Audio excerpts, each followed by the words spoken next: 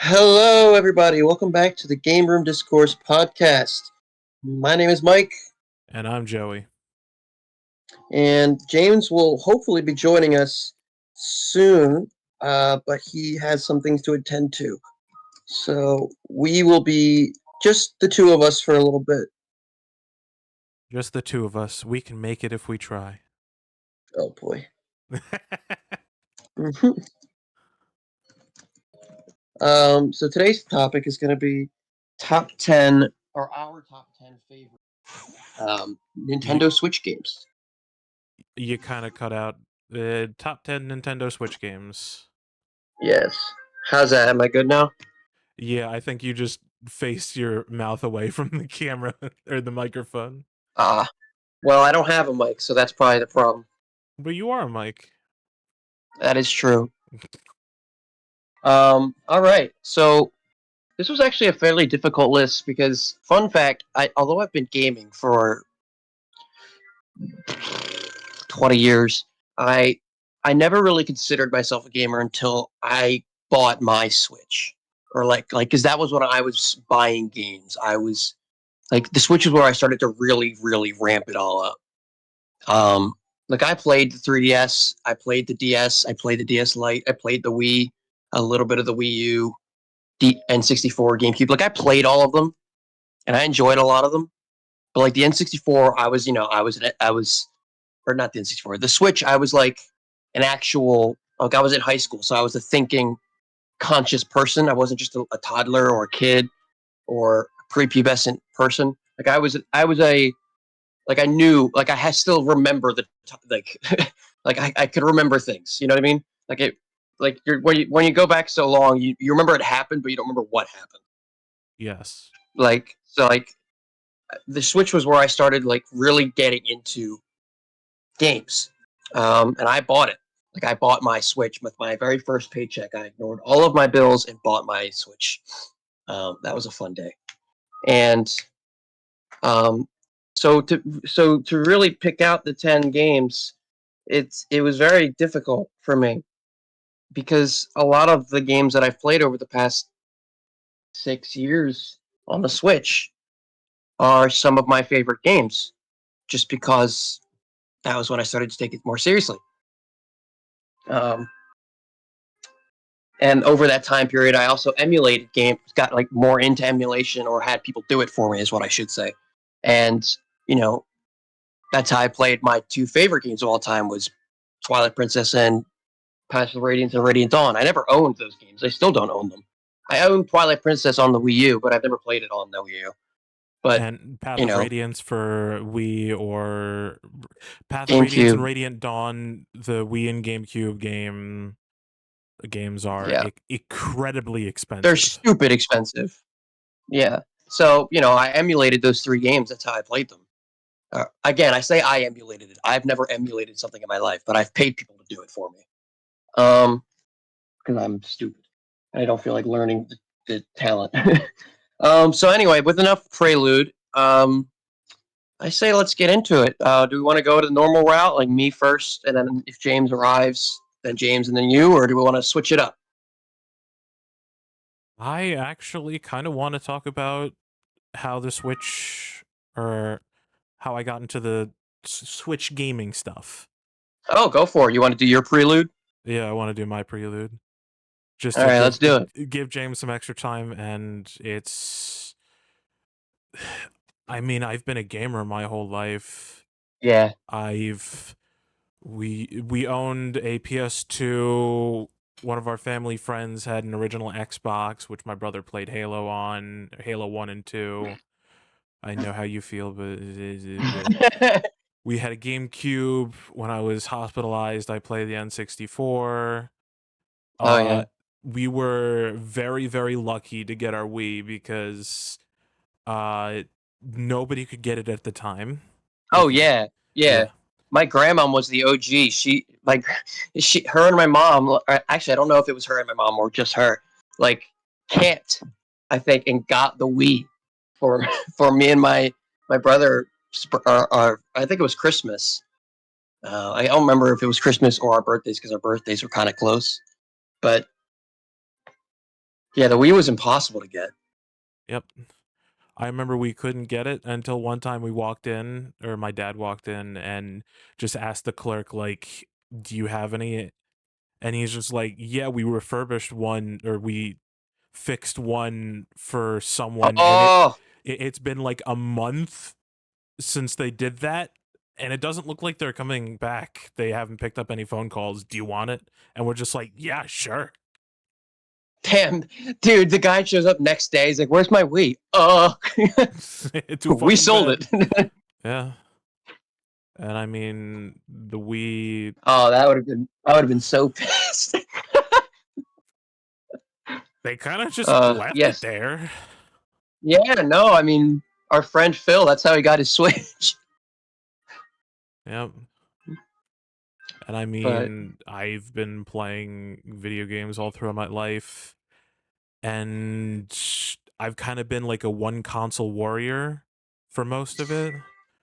yeah, I Like know the feeling. early days was actually it was whatever my brother was playing at that time, so either like PS2 or GameCube. And then the Hmm. next generation, I kind of went like, oh hey, the Wii's interesting, you can move with it, I'm gonna choose that. And then my brother also chose that, and then later the 360. And I stayed away from that because I was just like, I kind of don't know how I feel about like shooting games. I don't think I like them. Yeah, they're not. They're not that substantial. They don't have a lot of content. They just kind of Call of Duty shoot a man. The content is other people being able to like kill them, hear them complain in chat, say a Yeah, but racial like that's slur. not fun. Yeah, at least I don't feel like that's fun. I don't want people yelling at me when I play games. I just want Some to play. some people are sociopaths, or they Yeah, you're right. masochists. Yeah, you're right. They love that shit. You're right. And then later on we did get a PS3, but I don't think we really did much with it at all. I always wanted a PS3 and a PS4, and I finally got a PS4. But I always wanted them just because, uh, specifically when I got into the Switch, I also started getting into the genre of games that I love the most, which is RPGs. And it's weird because obviously the Switch doesn't have many of them, but they would occasionally good ones would get ported, like the East 8 Lacrimosa of Dana or the Secret of Mana. Like the SNES Classic came out, and I got this, and that's how I played the Secret of Mana, and I just started to slowly get more and more into finding out that that's my genre is RPGs and action RPGs. So Yeah. I always knew that like PlayStation consoles had all of the RPGs. Like they all of them had them. They never came to Nintendo because it was always Square Enix doing the. Yep. I And mean, they Square stopped Enix being was with originally Nintendo on for a while. Nintendo. Yeah, for Originally a on. while they were, but none of the bigger or newer ones like the Tales series or the Legend of Heroes or like all of those big ones. Even Final Fantasy wasn't on Nintendo anymore. Yep. So I'd always wanted one, but I never had the money for it, and I didn't. I always felt bad asking my mom for one because I'm like, you know, I'm that guy that doesn't like to ask a lot for Christmas or like birthdays. So my parents always yell at me for like they always have to hound me for a list. For me, it's the opposite. I would give like a whole list, and they had to go through which ones they thought I wanted. That's But funny, other than that, actually. going through generations, Wii U, I was kind of an idiot kid and was just like, yeah, the Wii U is the best. Nothing else beats it. And then later No, on, no. yeah, no, Even I didn't think the Wii U was the best. I yeah, didn't. I was an idiot. I was just like, GTA, oh, too much multiplayer first person shooting. Where's the story? more like more like GPA. I'd rather keep my grades up. Yeah, and then honestly, when it came to like the PS4 and Xbox One, not sure about the Xbox One at the time. I know my brother was using that, but PS4 I picked up and started to get more into just a whole lot other games. It's Yeah, also when I PS4 started is an amazing library. Yeah, it's also when I started falling out with my high school friends because Uh, we usually do things together. Like everybody's got to be on the same TV, if in the same room, playing the same game. And there's, if you don't know, there's like no local multiplayer PS4 games. Hmm. And yeah, and then It's when the kind of Switch came interesting. around, it kind of went back to that, and yeah, and that's when I started to get into multi-console, like PC, Right. Switch, but it was still mostly Switch. I brought my Switch to prom. That's amazing. I didn't go to prom. I think I played on my Switch. I remember our chorus. We went for a chorus trip. We went to Disney Worlds or Disneyland, whichever one's in Oh, neat. Florida. And Hmm. I remember it was like the week the Switch came out. So the whole time I was there, I was thinking, I just can't wait to come home and play Breath of the Wild. Uh, at the airport Oh my on the way god. back, we saw a guy playing on the Switch, and we were just like, what the hell? That's amazing. We have to wait to do that. Oh my god. The wait for games and consoles. Yep. That was fun. All right. So looks like James is still not here, but the show must go on. Uh, all right. I guess I'll go first. Sure. Um, so I have 6 honorable mentions. What ironically, if you looked at my Switch and you looked at the hours, like like my most played games, like you would see a game as my number one played game is not on my top 10. Now, here's the reason for that. So my honorable mentions are Dauntless, Astral Chain, Luigi's Mansion 3, Fire Emblem 3 Hopes, Oninaki, and Valkyria Chronicles 4.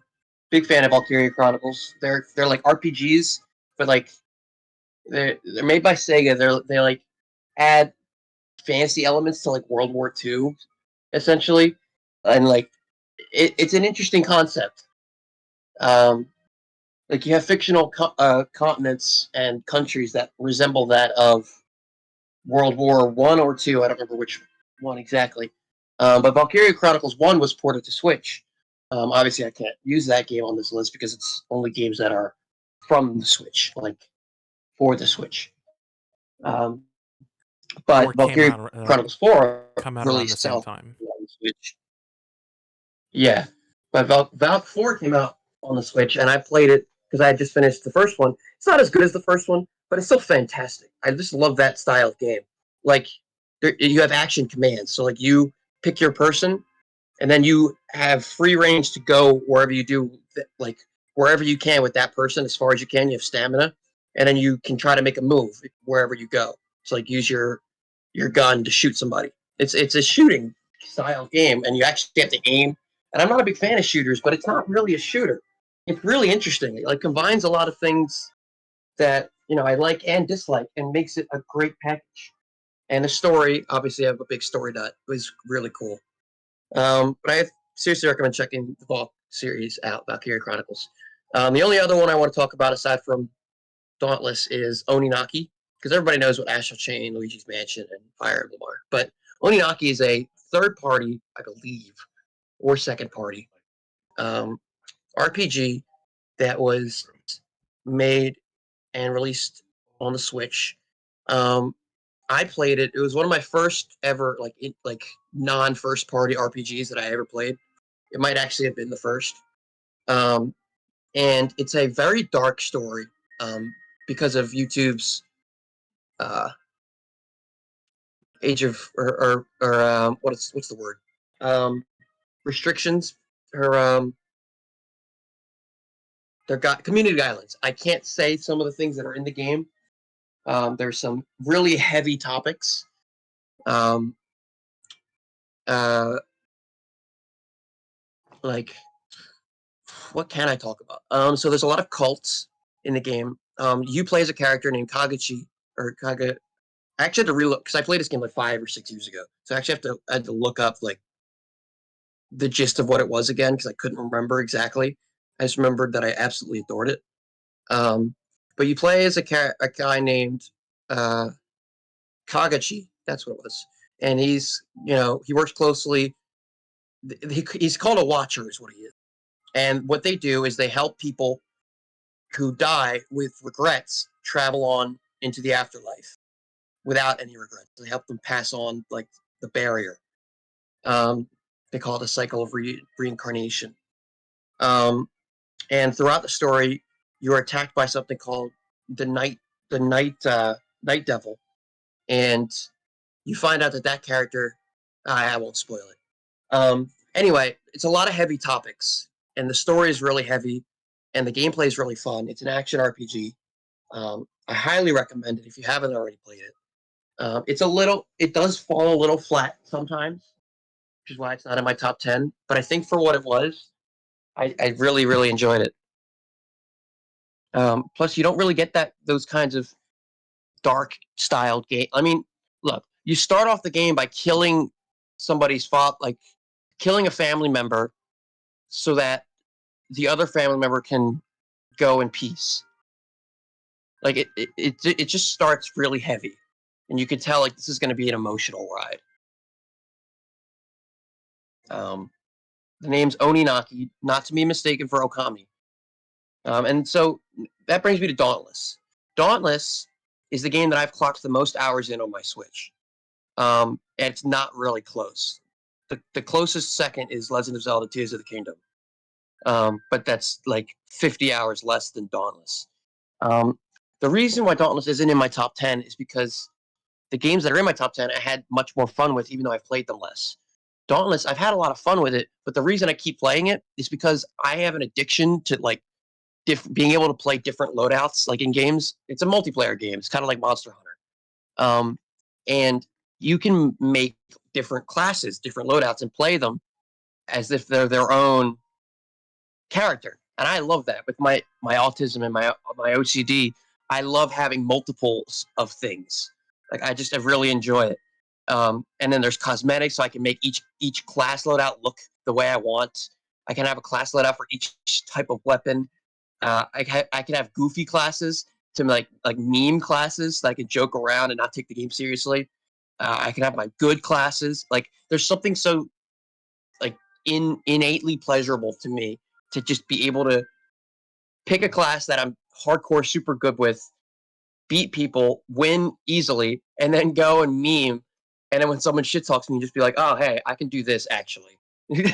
And it's just like I don't know. It's really satisfying to me specifically. And I've probably put 100 hours into just designing classes alone.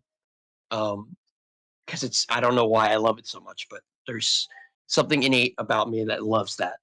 But overall, the game's not that fun. Like it's the same thing over and over again. It's not really the most interesting game. Um, but so that's the explanation for the game that has the most hours in my Switch not being in my top 10. But I felt like it would be disrespectful to not at least make it an honorable mention. Fair enough? Yep. Okay, I'm just making sure you're still here. Yeah, Okay. sorry. I had to mute because my dad walked in and started Oh, you're talking good. immediately loud. Nice. All right, so this was a hard list. 5 through 1 is set in stone. There's not really anything that's going to change those. But 10 through 6 are, I think they all definitely belong there. But I feel like 8, 9, and 10 could be switched. It was very close, but this is what I went with. So number 10, I have Sonic Frontiers. Um, it is probably currently my second favorite Sonic game, and with this new DLC that's coming out, that might change. Um, Sonic Adventure 2 still beats it for me right now. Sonic Frontiers was a breath of fresh air in the Sonic franchise. I think most people can agree with that. It wasn't a failure for one, so that's already a plus. It wasn't even mediocre. It was actually good. It wasn't perfect. It wasn't perfectly polished either, but it was not bad at all. It was good, you know. And the fact that they're improving it still and like adding DLC and fixes, just I have to salute and congratulate Sega. It seems like they've figured something out here, Sonic Team. Um, and I hope that they don't screw it up. But you know, it the gameplay was really refreshing. Is the best way to put it is that it was very refreshing, good, but also different, which Sonic usually does one of the two, and often it's different and not good. So the fact that they hit both was impressive. I like the voice acting, which a lot of people seem to find is weird. I think that yeah, it's a little jarring for the first few cutscenes, but after a bit, it's really not that big of a deal. It's not that different, just a little deeper. I love the way they did Amy's character. Like they made her not just a Sonic fangirl, and they actually gave her substance, which is really nice. I liked that. They did it with all of them, really. I think Knuckles was like all four characters, um, Sage, Tails, Knuckles, and Amy, all had good character arcs and like development through the game, which was really neat. And ironically, Knuckles, who's always been like a goat, always been like great as far as like character wise, I think his was the weakest, which just goes to show you how good they played the characters. I think because Knuckles was still good, his story was still good, like it wasn't bad by any means, but the fact that all the other characters were that stepped up was really cool. Even Eggman, like I was very impressed by how everything worked. The trailers that they were giving were very they didn't do the game any favors. Let's put it that way. At least I don't think so. I feel like the game was much better than what the trailers were showing. Yeah. I just I don't know. I was very impressed. I don't want to talk too much about the game itself because people are still playing it and there's new stuff going to be coming out and we've already did an entire podcast on it. So, that's why I'm just kind of talking about my feelings about it and not the game itself. So, number 9 is Pikmin 4. Um, this game has shot up my favorite list real quick with the amount of content that it has for a Pikmin game. I mean, it is more. It is probably the same. Oof. It's longer than Pikmin 1 and 2 combined. Like, it's a very substantial game. Like, I put 50 hours into it in just one playthrough, and I 100%ed it just about. I haven't completed the Trial of the Sage Leaf just yet, but I'm close. Have you gotten all the platinums? I'm not doing that. I don't have the patience. That's fair. 100% fair. I just uninterested. That's how I feel. Like it's not. There isn't any value to that. Like the Korok seeds. Like at least the Korok seeds give you something. So, but Pikmin 4. Not only was it 10 years after Pikmin 3, but it knocked it out of the park, and it's selling. People are playing it. Nintendo's like actually, like marketing it well. Like it feels like Pikmin actually has a chance with how well this game is doing. Like it's still on Nintendo's front page. Yep. Like it's still their big game. The love that this series is getting right now is like I'm getting chills talking about it because as you all know, the time frame that this game came out, the podcast right before it, I went off on Hey Pikmin, and then immediately after Pikmin 4 was announced. So I do take credit for it. But everybody was saying, like, how can a game that takes 10 years possibly live up to the hype? And, there's something to be said about 10 years because you're not hyped for the full 10 years. There's a point in time during that 10 years where you're hyped, and then there's a point in time where you're like, this game's never coming out. You just forget. So by the time, things start happening again, it's like a whole new hype. People gave up on Pikmin 4. And as soon as they all did, like it was almost like that's what Nintendo was waiting for. And then they announced it.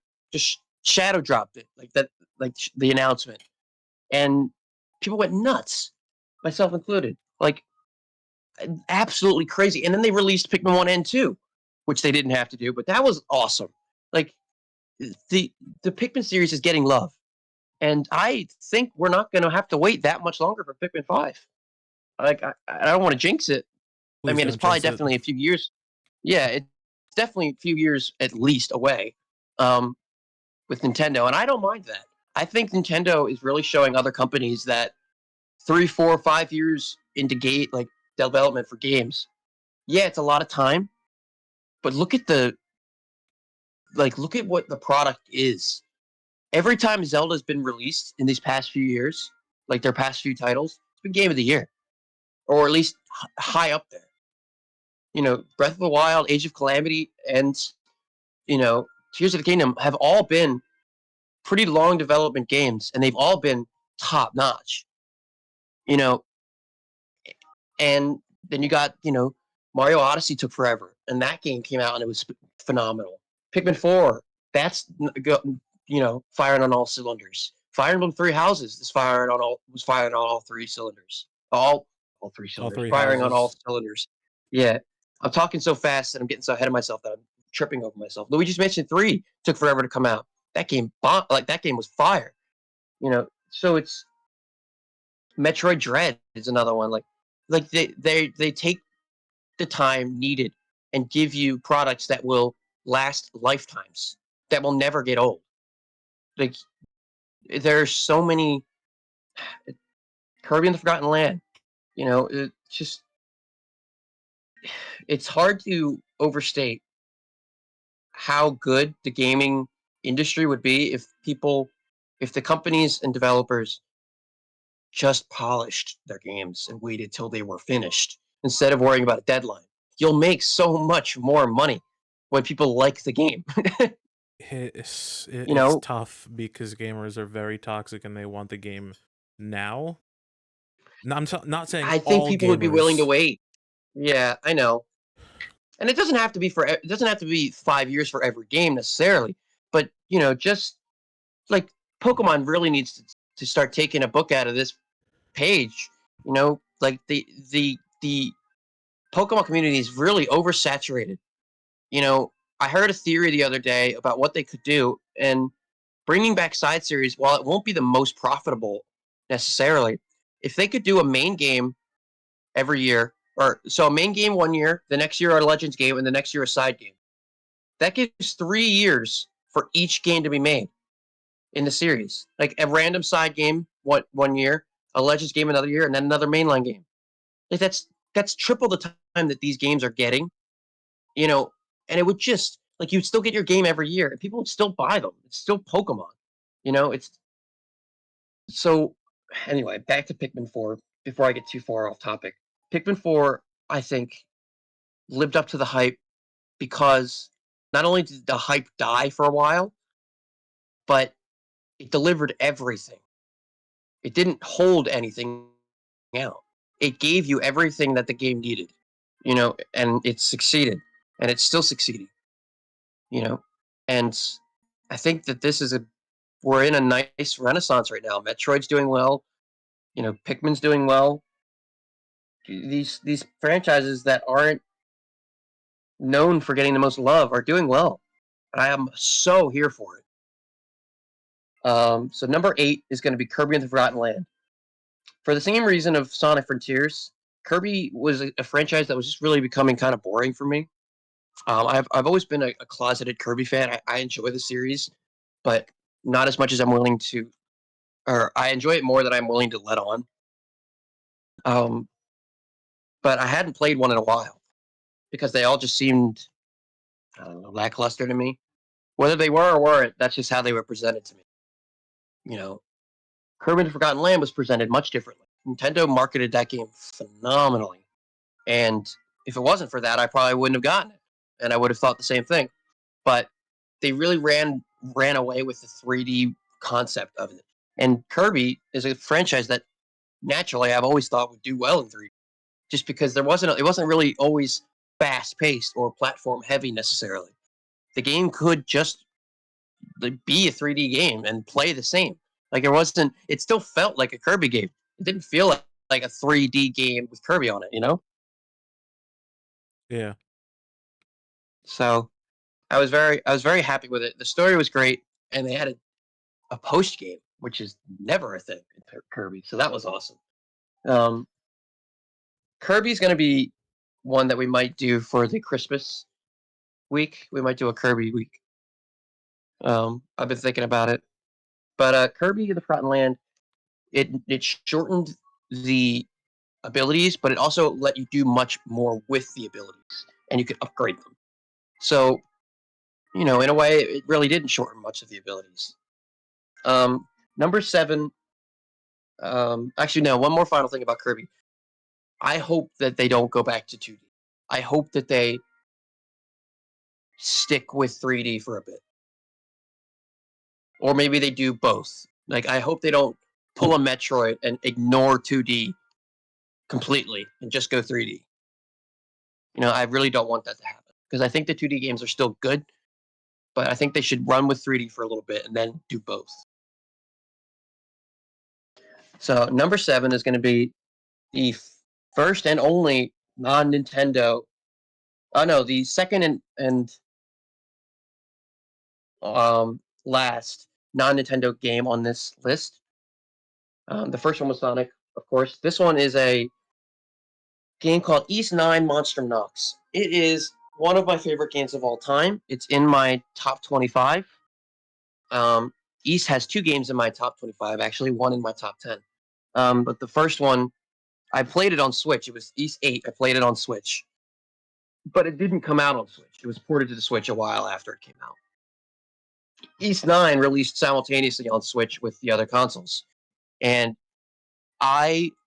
it's an action RPG, and I don't need to say much because y'all know how much I love action RPGs. Check out East if you haven't already. One of, if not my favorite action RPG series, and it's long running too. They're fantastic. East 10 Nordics is coming out soon. We have a release date for Japan. They always release the worldwide version later. So hopefully it's soon. I'm excited. You should all be too. I don't want to spoil much because if I talk about East 9, I'm going to spoil the whole thing. But it's fire. You should definitely play it. And the music in East is some of the best music you'll ever hear in any video game. Every song is awesome. The game's East 9, and that's YS. That's how it's pronounced. Or that's how it's spelled. YS. It's pronounced East. YS Monstrum Nox. And that's it. So number 6 is Pokemon Legends Arceus. Or Arceus, however you pronounce it. I see Arceus. Yeah, we did a podcast on this one. Or if we didn't, we've definitely talked about it, so I'm not going to go too far into it. My favorite Pokemon game in the last 15 years, probably.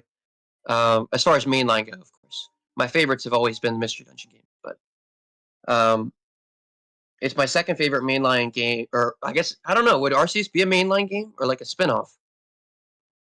More of a spinoff. All right, then.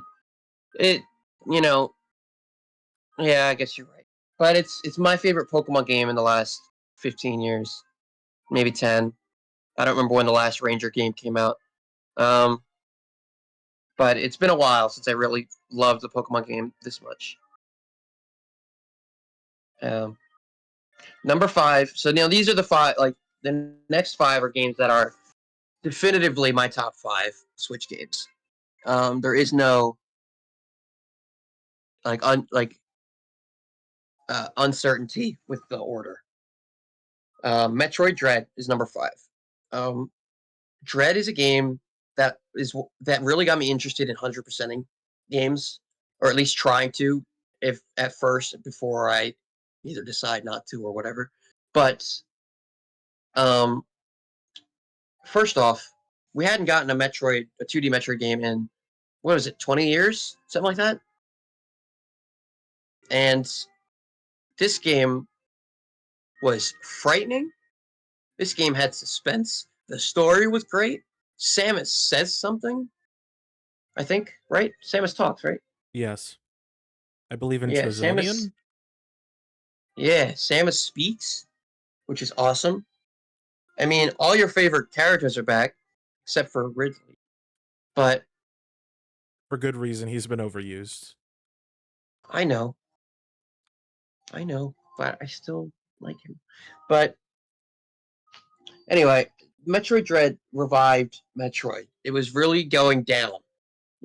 Metroid Samus Returns wasn't bad. It was fine, but it wasn't marketed well. It wasn't during a great time for Nintendo either that game released. I played it. It was good. It made Metroid 2 playable, which is good. But with the Prime 4 shit going on and just all of the negative stuff happening, going around, like we thought we were going to get a re-release of the trilogy. Never happened. We thought, Prime 4 was going to come out. Never happened. And then we got, it was just not looking good. And then this just happened. Like this, nobody was expecting this. This just kind of started. Dread just kind of came out of nowhere. Like it was just announced out of nowhere. And it looked so good. And it came out and it was, didn't it like almost win awards? Like wasn't it nominated for awards? I don't remember exactly, but I have like no it did idea. really well. I just know it did really well. I think it was the best-selling Metroid game. But yeah, it revived a series that needed it. It needed some life in it. And then we got the Prime 1, which was great. And that's not just a remaster. We could talk all about that if we wanted to. That game is a whole different game, it feels like. But number 4, we're going to have The Legend of Zelda. Which one's it going to be? Breath of the Wild.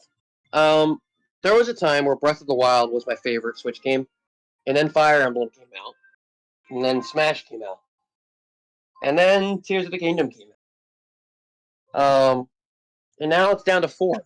A game like Breath of the Wild being my 4th favorite Switch game. That just shows you the legendary titles that they have on this console. I'm not going to talk about Breath of the Wild. There's no need. Just go watch something. Anything. And if you have any interest in this podcast, you probably know what the game is already. This game has been talked to death.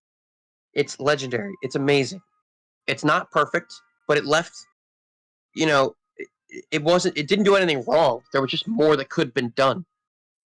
And that's what Tears of the Kingdom did. So it was the perfect game because it also left room for the perfect sequel. Yeah, it's Breath of the Wild, man. One game of the year. You've definitely heard of it. There's not really much to say that hasn't been said. Number 3 is going to be Smash Ultimate. It's my first. Oh well, the first game that I really took competitively, like to another level. I was always competitive with like Brawl, Melee, and Smash 4 and MVC3, but I was never like good. I never took it to the next level. Smash Ultimate, like I really took it to the next level. Like I learned the combos. I labbed out things. I put hours in. I went to tournaments. I did well at some tournaments. Did poorly at others. But I played this game to win, and I'm still active. Not as much as I was, but it's Smash Ultimate. A lot of these last few games I've talked about a lot in other podcasts, so I'm not going to go too long on them. Plus, I've already been talking for 40 minutes. Number 2 is Legend of Zelda: Tears of the Kingdom. This is my second most played game on my Switch. It is close to being my favorite Zelda game. Very close. The only issue that I'm having is that when it came to my favorite game is Twilight Princess. When it comes to that game, I never got bored of it. Even when I got frustrated with it, I never got bored. I could play it multiple times. I just never gotten bored of it. Tears of the Kingdom, I'm actually experiencing burnout, which never happened to Twilight Princess. Call me a sadist if you want. I know Twilight Princess can be really frustrating. I don't really have any frustrating experiences with Tears of the Kingdom. I would say Tears of the Kingdom is probably not probably. It's definitely a better game. But for me, Twilight Princess is still my favorite. And there's definitely nostalgia bias in that as well. But Tears of the Kingdom, my God, this game you could play it so many different times in so many different ways. There's so many challenge runs that you can do. It's just so much fun. You know, I wish they didn't patch out all the glitches because some of those were fun. Yeah, But it's a single player you game. know, Let people have their fun. yeah, who cares? Oh well. I guess some of them needed to be patched out. They were a little game breaking, but they didn't all need to be patched out. But no, I love Tears of the Kingdom, and it's my second favorite Zelda game easily. Um, and it's if we were to redo our top 10 games, it's moved up to my third favorite game, or no, my second favorite game of all time.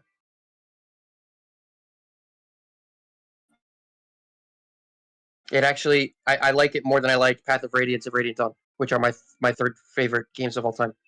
Um,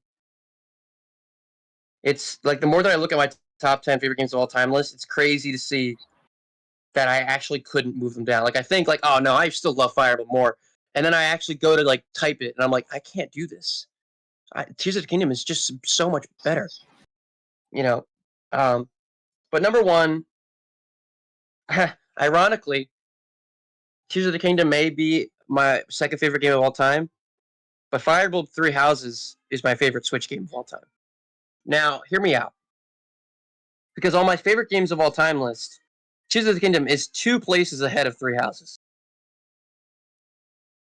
But Tears of the Kingdom, I also feel like is just better Breath of the Wild, which I've already played Breath of the Wild. And whereas Three Houses has I mean, honestly, it has like 6 or 7 different ways you can play it. If you count the DLC, because you have the 3 routes, then you have the DLC, which you can play, or actually, you have the 4 routes because you can play without choosing a person. You can choose the church.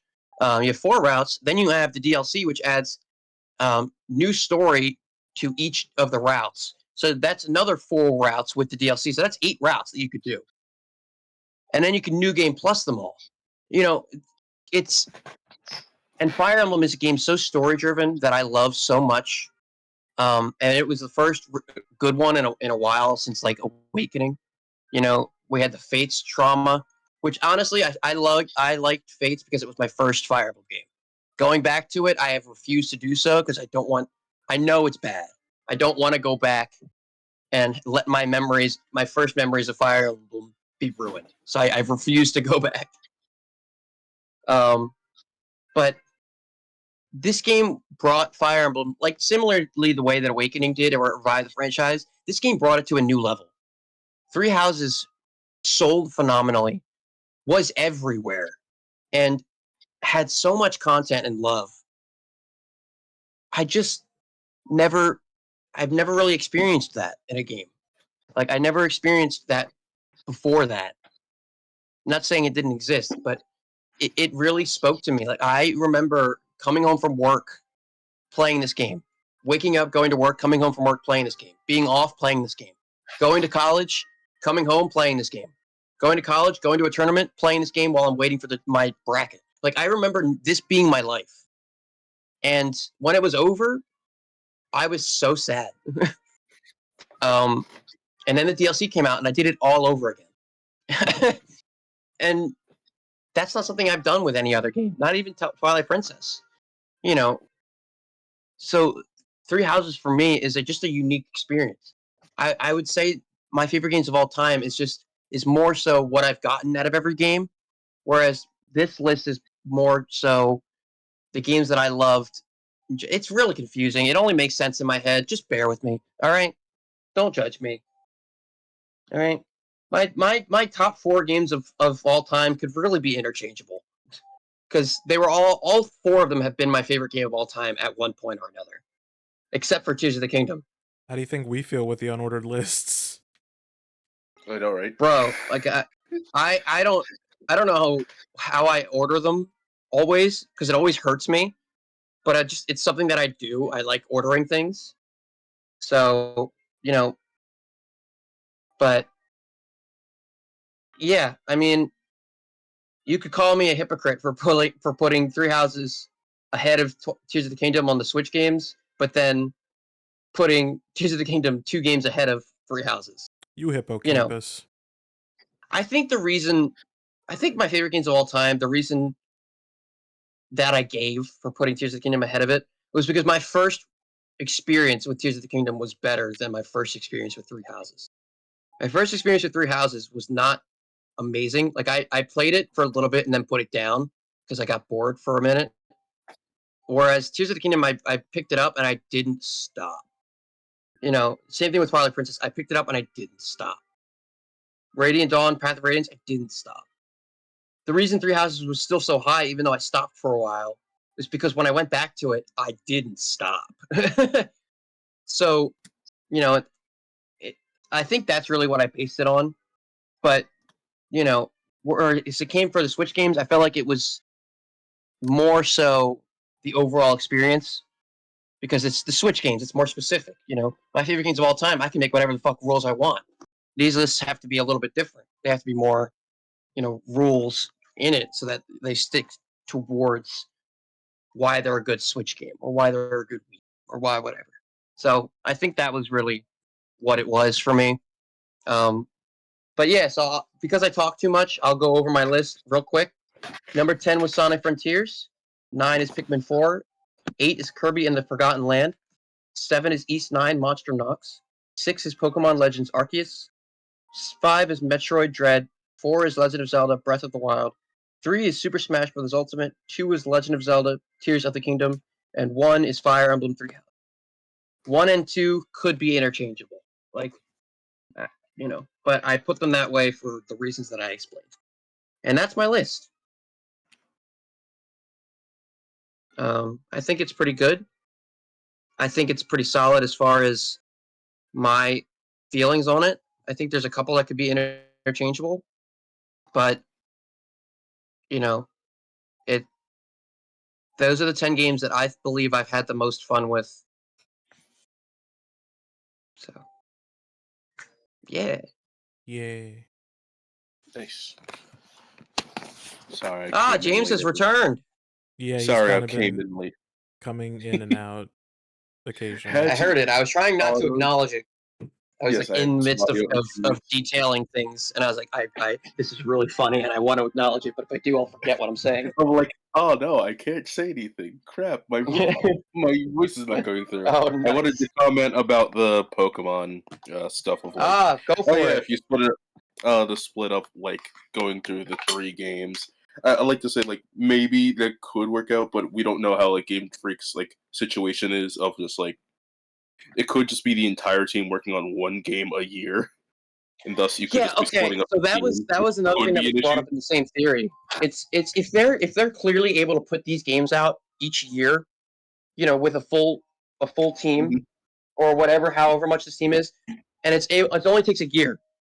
If you split those teams up or split them into a little bit more and hire just a few more people, maybe, or maybe you give the side series to a different developer, which would be fine. And you just cut this team in half, give them an extra year, or give them an extra 2 years. Basically allow an outsourced it company makes up to for it. spin off and have that split team focus on the Legends series and the main series.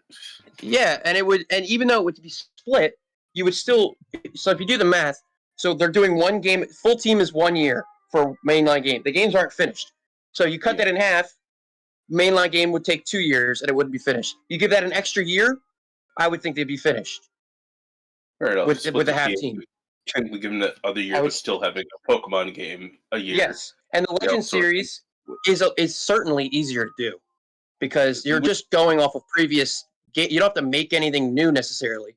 You just have to make new graphics. It's the same. They're not new Pokemon. You know what I mean? Yeah. So, and the regions are already established. You just have to maybe change some names up a little bit, make it a little older sounding. But the lore and all is still already there. You don't have to, So maybe you don't even need to split it up completely evenly. Maybe you do 60-40. 60 to the main games, 40 to the, they could definitely do it. And with the extra amount of time, an extra 2 years is a lot of time. Make a more quality game I know it's You just know, probably would have brought on because of Pokemon Scarlet and Violet. I think everyone who has them no, the dude, same I've now. been feeling this way since fucking like. You, all right, X and you Y. want to go into this Oh. for like? Do you want to go into this? I'll give it 10 minutes. Okay, we'll go into this for 10 minutes. So, Joey, put a timestamp in at 50 minutes in. Okay, we'll put a timestamp in 50 minutes in. We'll call it quick Pokemon conversation. Put it in the chat. I'll So, remember it. all right, James, you take care of that and listen to what I'm saying. Real talk.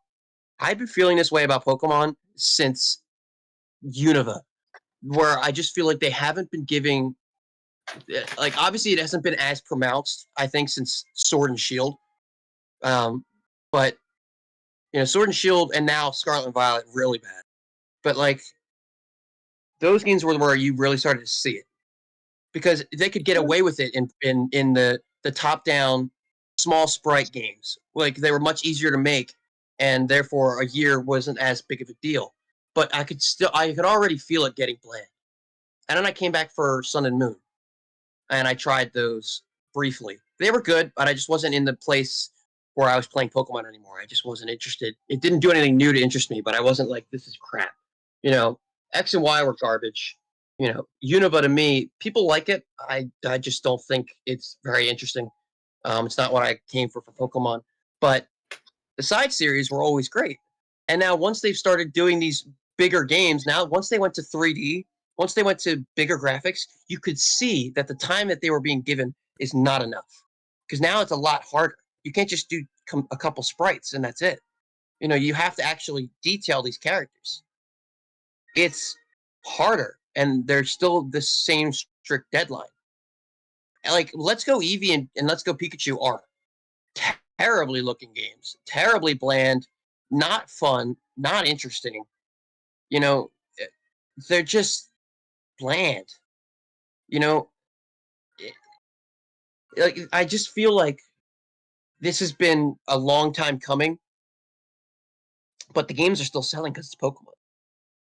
So that's the hard problem, is that they're not going to change because they just look at numbers. I don't. People need to stop buying these unfinished games. Well, I And feel then like acting like DLC makes up for it. It doesn't. You're paying more for a game that's not finished. Go on. okay. We have 8 minutes. Going on to like, yeah, for like I'd say I could see where it's coming from, but I do understand like the shift in design for when it comes to like, I guess they could make a more unique Pokemon for that, but also doing 3D for it. Oh, that's a allows good them- decision. Yes, Yeah, I agree with that. But they should give them more time. yeah, they should give them more time because right now the animations don't look the best. I feel Oh. like it's not. It shouldn't be an issue, especially when it comes from things of like because I'm someone that grew up with Pokemon Stadium and also Same. played Pokemon Battle Revolution. Same. They Yeah, I can played do them good too. 3D.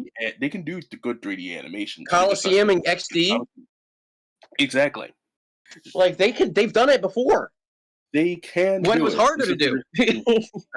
Good time. I still feel like they have a good soul in the Pokemon series because I feel like they have good ideas. I don't.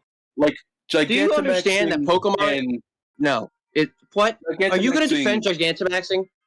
No. Is that what's about to happen? Okay, good. No. I was No, gonna I'm say, not. I will cut this time short real quick.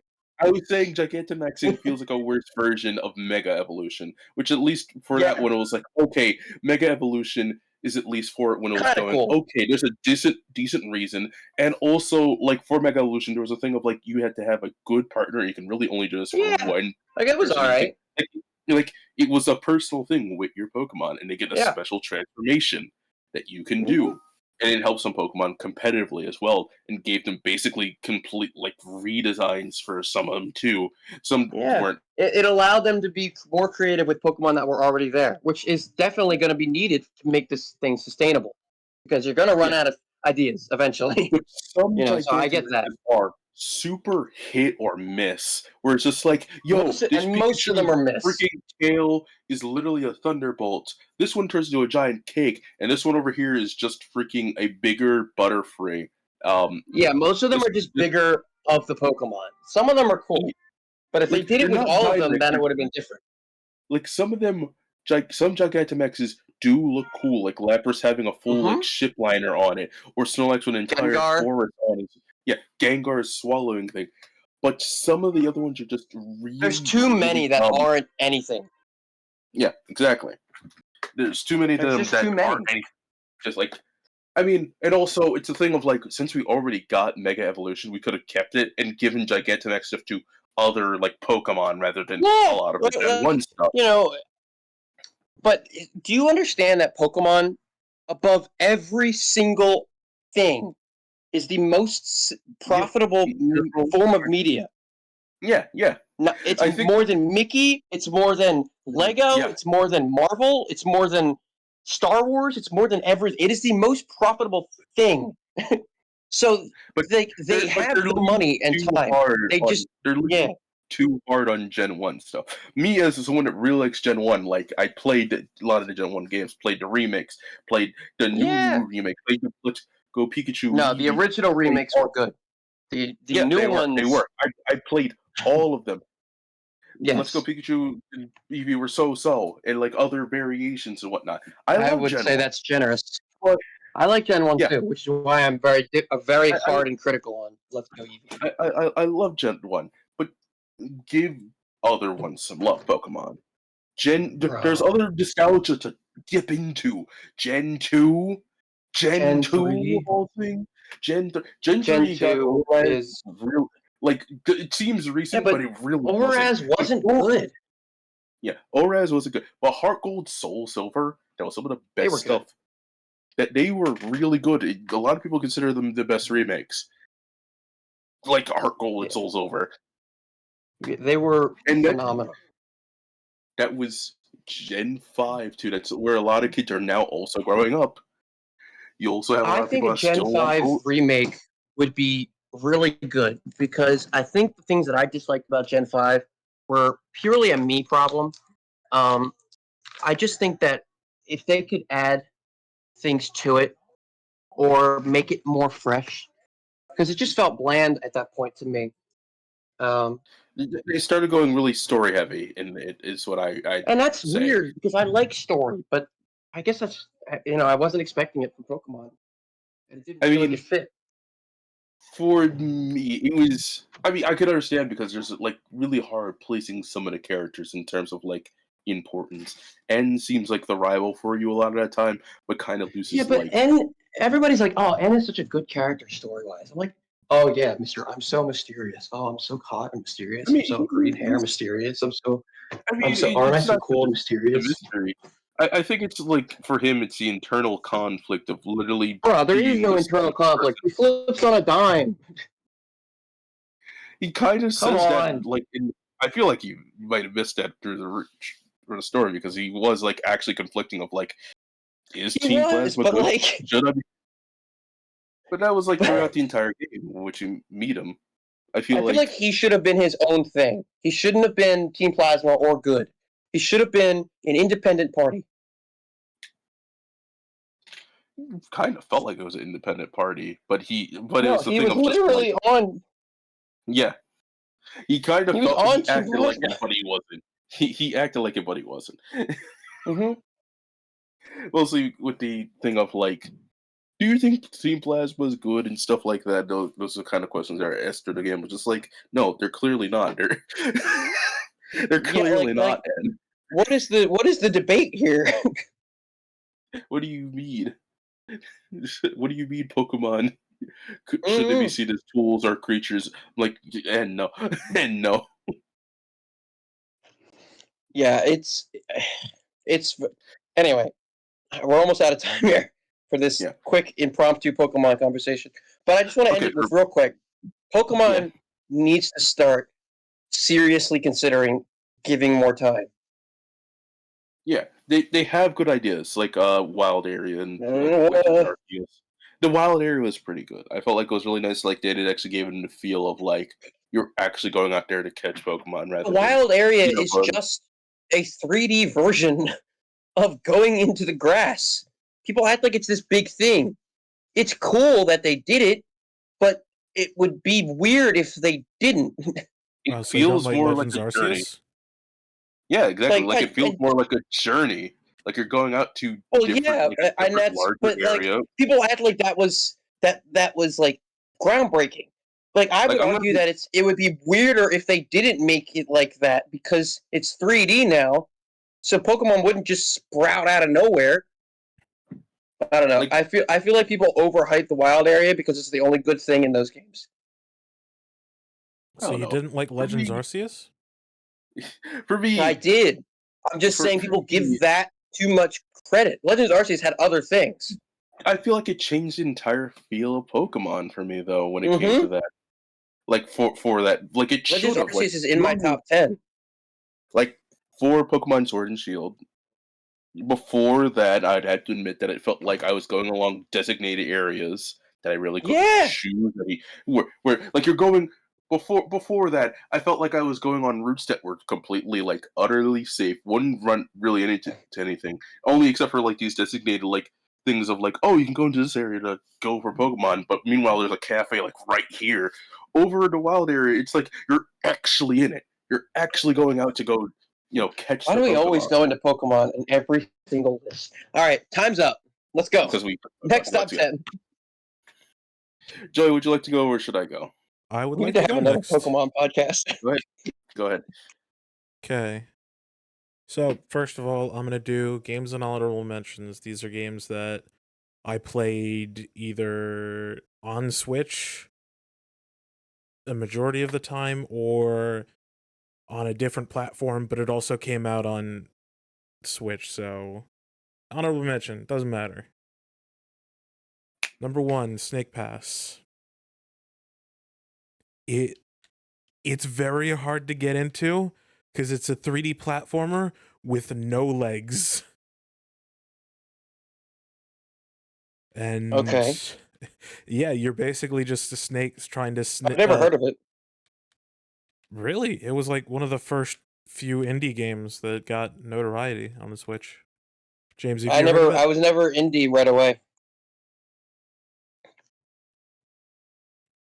Well, either way, it's a 3D platformer where you have no legs. You play as a snake, and your whole goal is to slither around, grab onto objects like a snake. And Mm-hmm. it's just pretty fun to just switch your mind off of regular 3D platforming stuff, which is one of my favorite genres, and just play it. Number 2 in honorable mentions is Splatoon 2. I put it there because I really enjoyed the story mode, but honestly, it's very Whoa, grindy for Snake's 100 Pass is an expensive game physically or digitally. physically. Well, yeah, the indie that's a whole nother topic for a different thing. The indie physical thing, the game space is a shit show right now. The cheapest one I can find is $160. Yes, just buy it digitally, or if you don't want What to, the? just Because Okay, sorry. I didn't mean to interrupt. That was my fault. they can't Continue. take it physically easily. It just shocked me so hard that I had to say something. Go on. I apologize. you know what? Fuck it. Let's go into that. In the indie physical games, the market is really shit right now because there's a lot of different companies. All right. Well, this is a terrible podcast. Okay. Going into the indie game, We are not. You know what? Here we go. we're talking I'll about put a timer in. Let's let's put another timestamp. we're talking about developers that don't have access to like Hey, AAA 53. funding to constantly put out either discs or drives that like actually make the stuff compatible with everything. So most of the time you Then would make it digitally. yes, but then places like Limited Run or any other like limited thing really sells into FOMO to try get people to buy it who aren't even really that interested in it, because there's one game, an indie game that's physical only. It was never sold on digital marketplaces, and they were basically just like, yeah, you're fucked. If you didn't buy it when you did, you're fucked. And then there are different versions. Like there's different versions of Celeste. There's different versions of what is it? Mutant Muds Deluxe. And if you're a collector, you want all those different versions. They're sucking you dry for every single penny because of FOMO. And there are It's even like, versions oh, of like yeah. the Monster Boy in whatever land collections where there was this really good one that had all of them. And because it was limited run, they're just like, okay, let's include one that only has 3 of like the 5 of them or the 6 of them, and let's sell it for the same price. And you can't get the original because it's gone. It's limited. It's gone. Yeah. The limited edition stuff in general is stuff we've got to talk about. But for indie stuff, seems like yes. Let's just check up the price a Limited little bit run more. used to be this 'Cause we thing of just like, oh hey, you like physical It's not just games? indie games though. no, but it hurts indies more, is what I'm saying. In the Yeah. sense of like when you do a physical copy already for them, they really can't afford to make the physical copies like that often. Mhm. Like they have to be sure that it's going to sell, which is normally why like only like the bigger ones that have succeeded already are the ones that actually like get physical copies ever.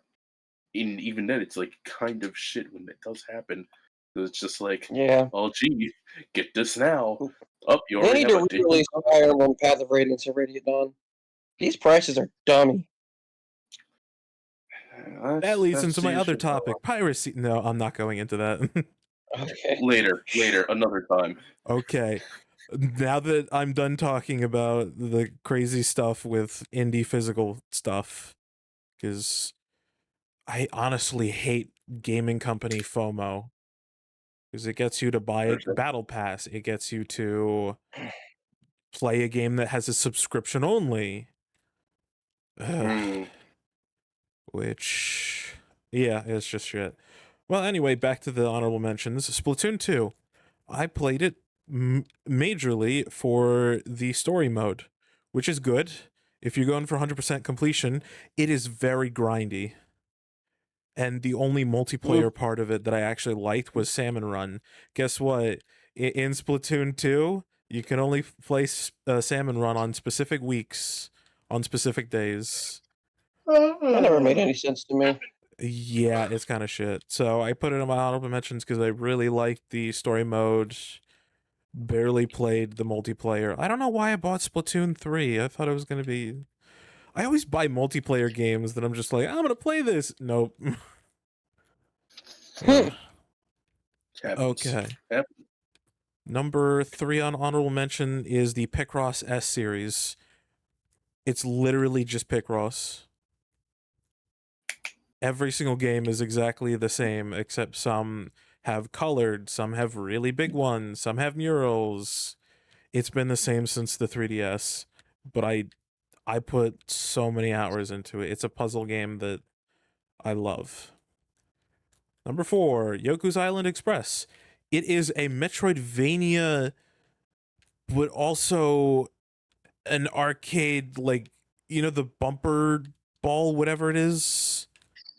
The metal marble? Pinball, that's what it is. It's a pinball Metroidvania game. What? Yes. And Why? it's about a dung beetle who's delivering packages and rolls around, and it's pinball, but it's a Metroidvania kind of. Interesting. Yes, very interesting. And I played it on PC and really enjoyed it, but it came out on Switch the same day, so yeah.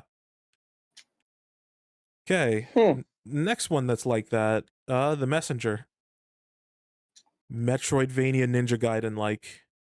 Oh my god, it is so good. Play That it. sounds hard. Yes. It is hard, but the difficulty curve is not like Ninja Gaiden. It is actually smooth, but it does get really difficult at times. And there are usually not any bullshit insta-kills stuff. I'd recommend playing it on Switch because some of the achievements are bleh. Understandable. Hmm. Yes. And then the last one that I played on a different platform, but I still think you should play it for Switch. Tinykin. It's like a 3D platform puzzle Pikmin game, kind of. I say Pikmin because you're growing like leagues of these tiny little creatures that each have their own abilities. But it's different. It's like one builds a ladder, another one you use to pick up and carry items. That's like Pikmin. Another one you use to make bridges, like you use them as bridges.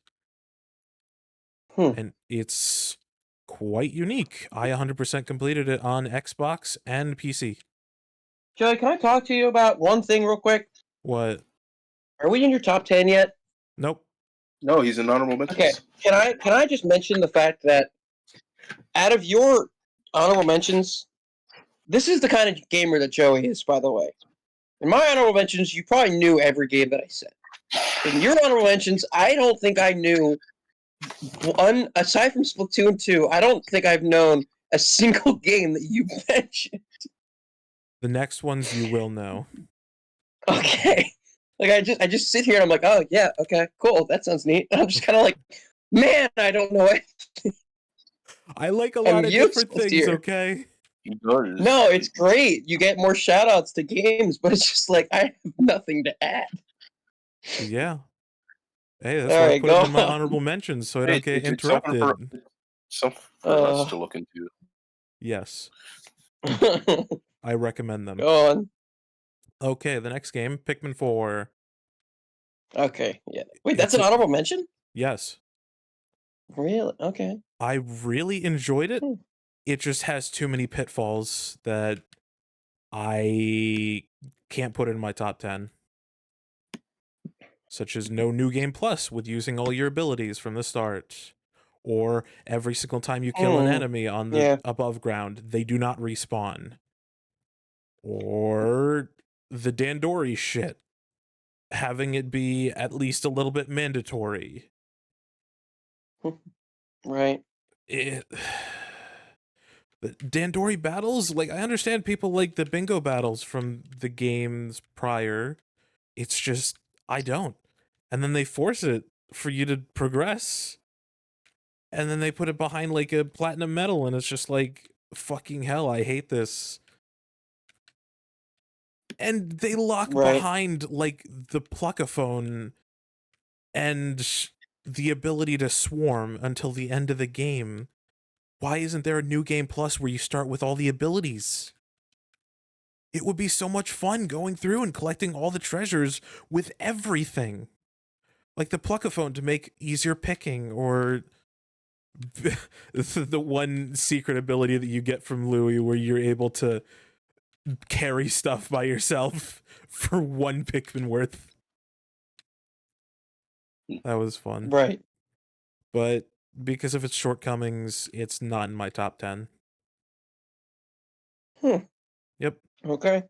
The next game is Untitled Goose Game. If you have not heard about it, where have you been?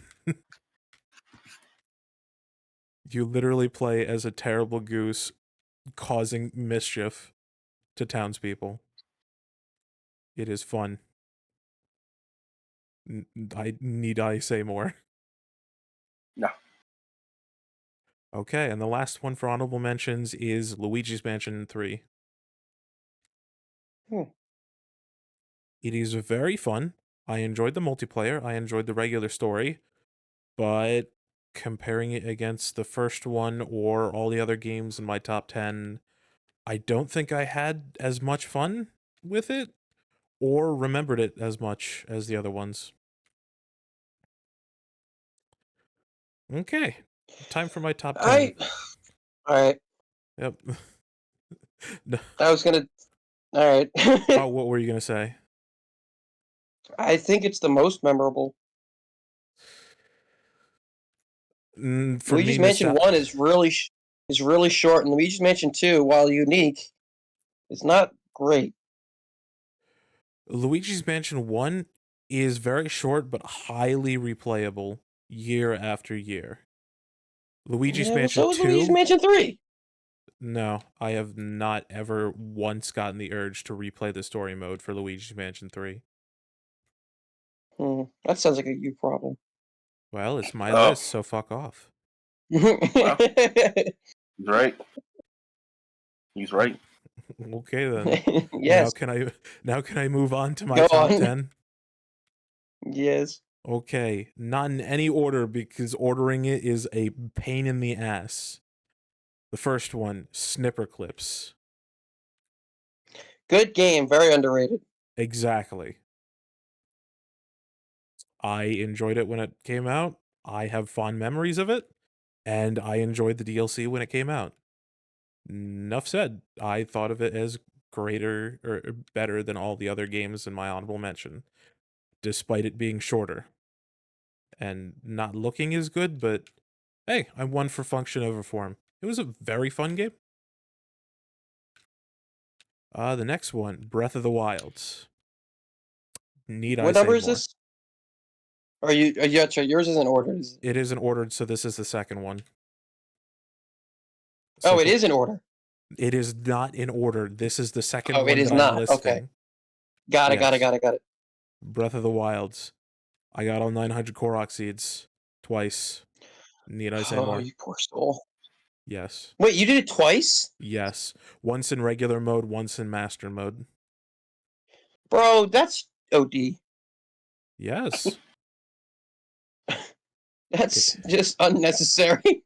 I play games so that I don't have money to spend on drugs.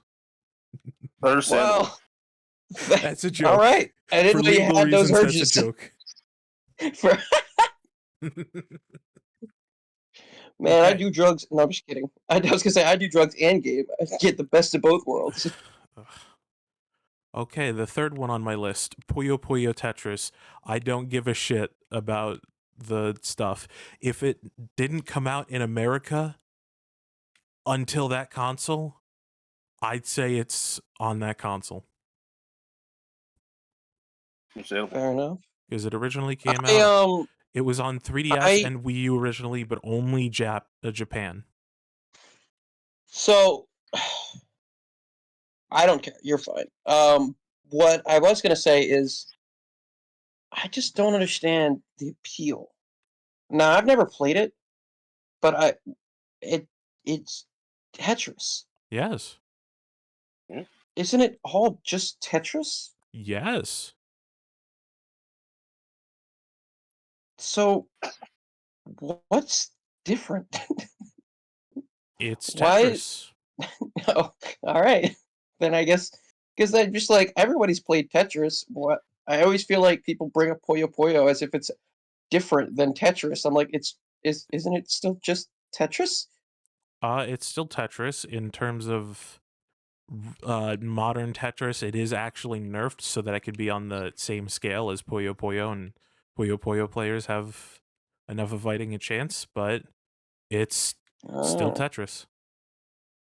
And the reason why I think fondly back to it is I've played it for hours and hours and hours, and I 100% completed it on the Switch. I'm not invalidating your placement of it. I was just wondering because I'd never actually been able to ask anybody if it was different than Tetris. I mean, you can do versus modes. Oh, cool. Yes. So whenever my friends came over and I was just like, "Oh, hey, you guys want to play Tetris?" They'd do like a 3v1 and I'd still kick their ass by like 10 miles. Nice. Yeah, I believe it. And I remember someone had seen you play Tetris. I believe it. Yes, I am very good at Tetris. And I remember in high school, I would play either the full game, like sometimes during like what is it? Like a presentation in the gym. It's like a pride thing. Mm-hmm. Oh yes, fuck that. Yeah, they were so stupid. I just played Puyo Puyo Tetris during them. I support Pride and everything, but my God, those things were silly. It's not about LGBTQ pride either. It's just about like, high never school mind pride. then. School pride. Never mind then. School pride. I was like, I support Pride, but like I get you. Never mind. I don't support any of that crap. Those are just like fuck the schools. Yeah, it's basically just a mandatory, oh, hey, look at what these people can do. And then everybody is just Mm-hmm. bored and just wants to go home. And most people skip it because, yeah, it's very boring. Also, I remember downloading the demo, and during gym class, I, with with my hands on the Switch and then like handing a Joy-Con to one of like my friends, we would just be running around the track and just playing Puyo Puyo Tetris together. That's like goals right there. Yes. I am the Puyo Puyo Tetris. The only thing is I'm taking a break from it because it's Tetris. Understandable. It's very Valid. fun, but the thing is, as someone with ADHD, yeah, after a lot of hyperfixating, I'm burnt out and need some dopamine. Mm-hmm. Understandable. Okay, next one on the list: Super Mario Odyssey. Ooh. It, Overrated. Ah. I disagree. Go on. I think because of the speedrunning potential and yes, the grind for all 999 moons is kind of stupid and some of the things are stupid too, but I put it in the same vein as Super Mario 64 where the movement is just so fine-tuned, so fun that it's its own fun just moving around each map. It's better than Super Mario 64, Some may say that, yeah. but Super Mario 64 gets more props for being the first one. But neither of them hold a candle to Galaxy. I think I actually enjoy Mario Odyssey better than Galaxy. I don't even think Mario Odyssey is better than Galaxy 2. Damn. I don't dislike it per se. I just think it's overhyped. It's got a lot of cool little things into it, but there's nothing in it that's particularly that interesting. Uh The final bit's really cool, like with Bowser. The cabin mechanic is neat. Um, but it's just a placeholder for like powers. yeah, sure, there's nothing Um, interesting like the Dark Souls dragon. I didn't say there was nothing interesting. I just said there wasn't as much as like other games. Sure. I mean, obviously we disagree. I know I'm in the minority. This this this specific conversation.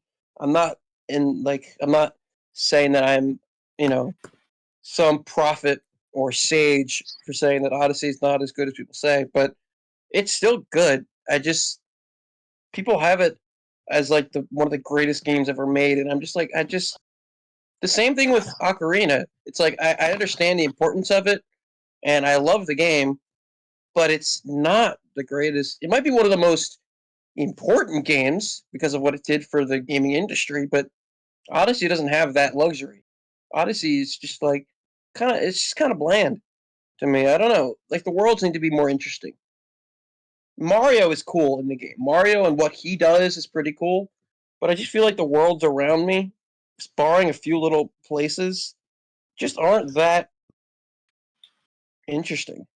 At least most of them. New Donk City is really cool, but other than that, Are you I saying you don't don't like know. Luncheon with like the pink I just lava? no, I just don't feel like a lot of it had. I don't know. I don't know. It just wasn't my cup of tea, And that is fair. But we're talking about my list, and I really enjoyed it. And and I'm happy for you.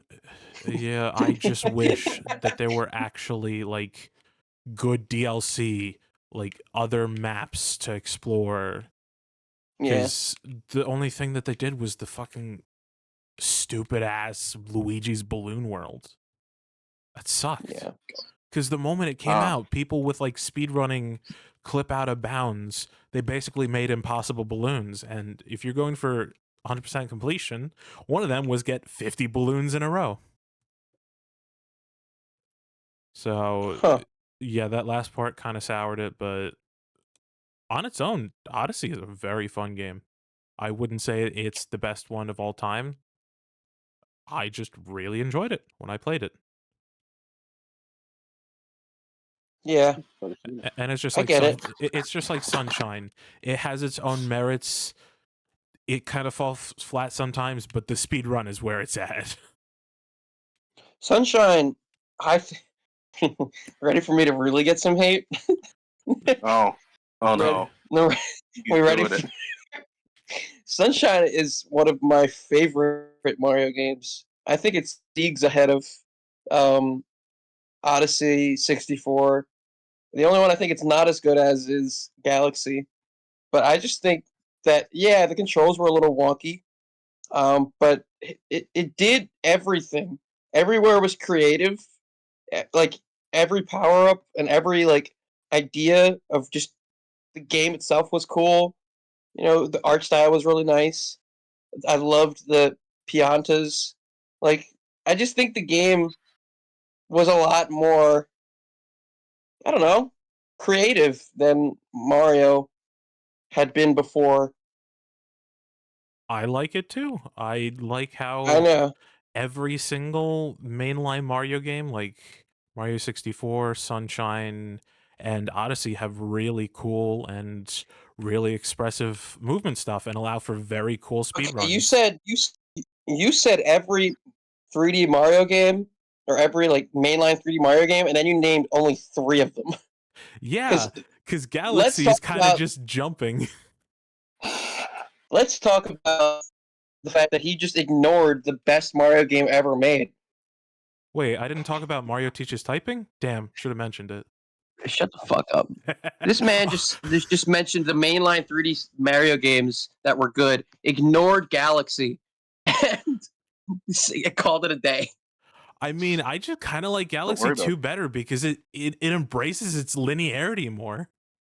I I I think you're being a contrarian, and I don't appreciate it. I'm being as my opinion as possible. I enjoyed the second one better than the first one. Really? Yes. I I I just all right. Okay. Let's move on, or James will never get a turn. Yeah, sorry. It's okay. Keep going. Keep going. Okay, the next one is It's Celeste. gonna be one of our longest podcasts ever. Yeah, sure. It Yeah, might be. I mean, it's looking that way. the next game that I have on my list is Celeste. There's a good one. I agree. Yes, it is a very, very good 2D platformer. If I played it more, it might have been on my list, but I just didn't think the amount of time that I played it warranted it being of like counting for my list. I just didn't have the time for it for that time of game. It's not like it's a long game per se. It's just the difficulty level, which I don't mind, but where I was at the time, I didn't have that time. Okay, I interpreted what you said as because the game time wasn't as long as the others, you didn't put it on your list. No, you just didn't play it as much to completion or No, to finishing yeah, it. I just didn't. Yeah, I didn't have the like. I just didn't have that time at that moment to go into something like that, like a Ninja Gaiden or a Hades, like a game that's like supposedly like really difficult, and you just keep going over and over again. That wasn't what I was willing to put my time into. Where I like at the time frame that I was in when it came. I was, because that was like my freshman year of college and Gameroom. Yeah, I was going through a lot of um Let's just say difficulties. stuff. Yeah, Okay. but very good game. Yes, incredibly good game. I highly recommend finishing it, if not playing I've it. gotten. I want to, but I just have so many other games that I want to play now. Welcome to the club. Yeah. Next one is Super Mario Brothers Ultimate. Super Mario Brothers Ultimate. Super Smash Brothers Ultimate. That's my favorite 3D Mario game. It's late. It's late. Give him a break. We're both night owls. What do you mean it's late? It's not fucking late. Man. It's not even the next day yet.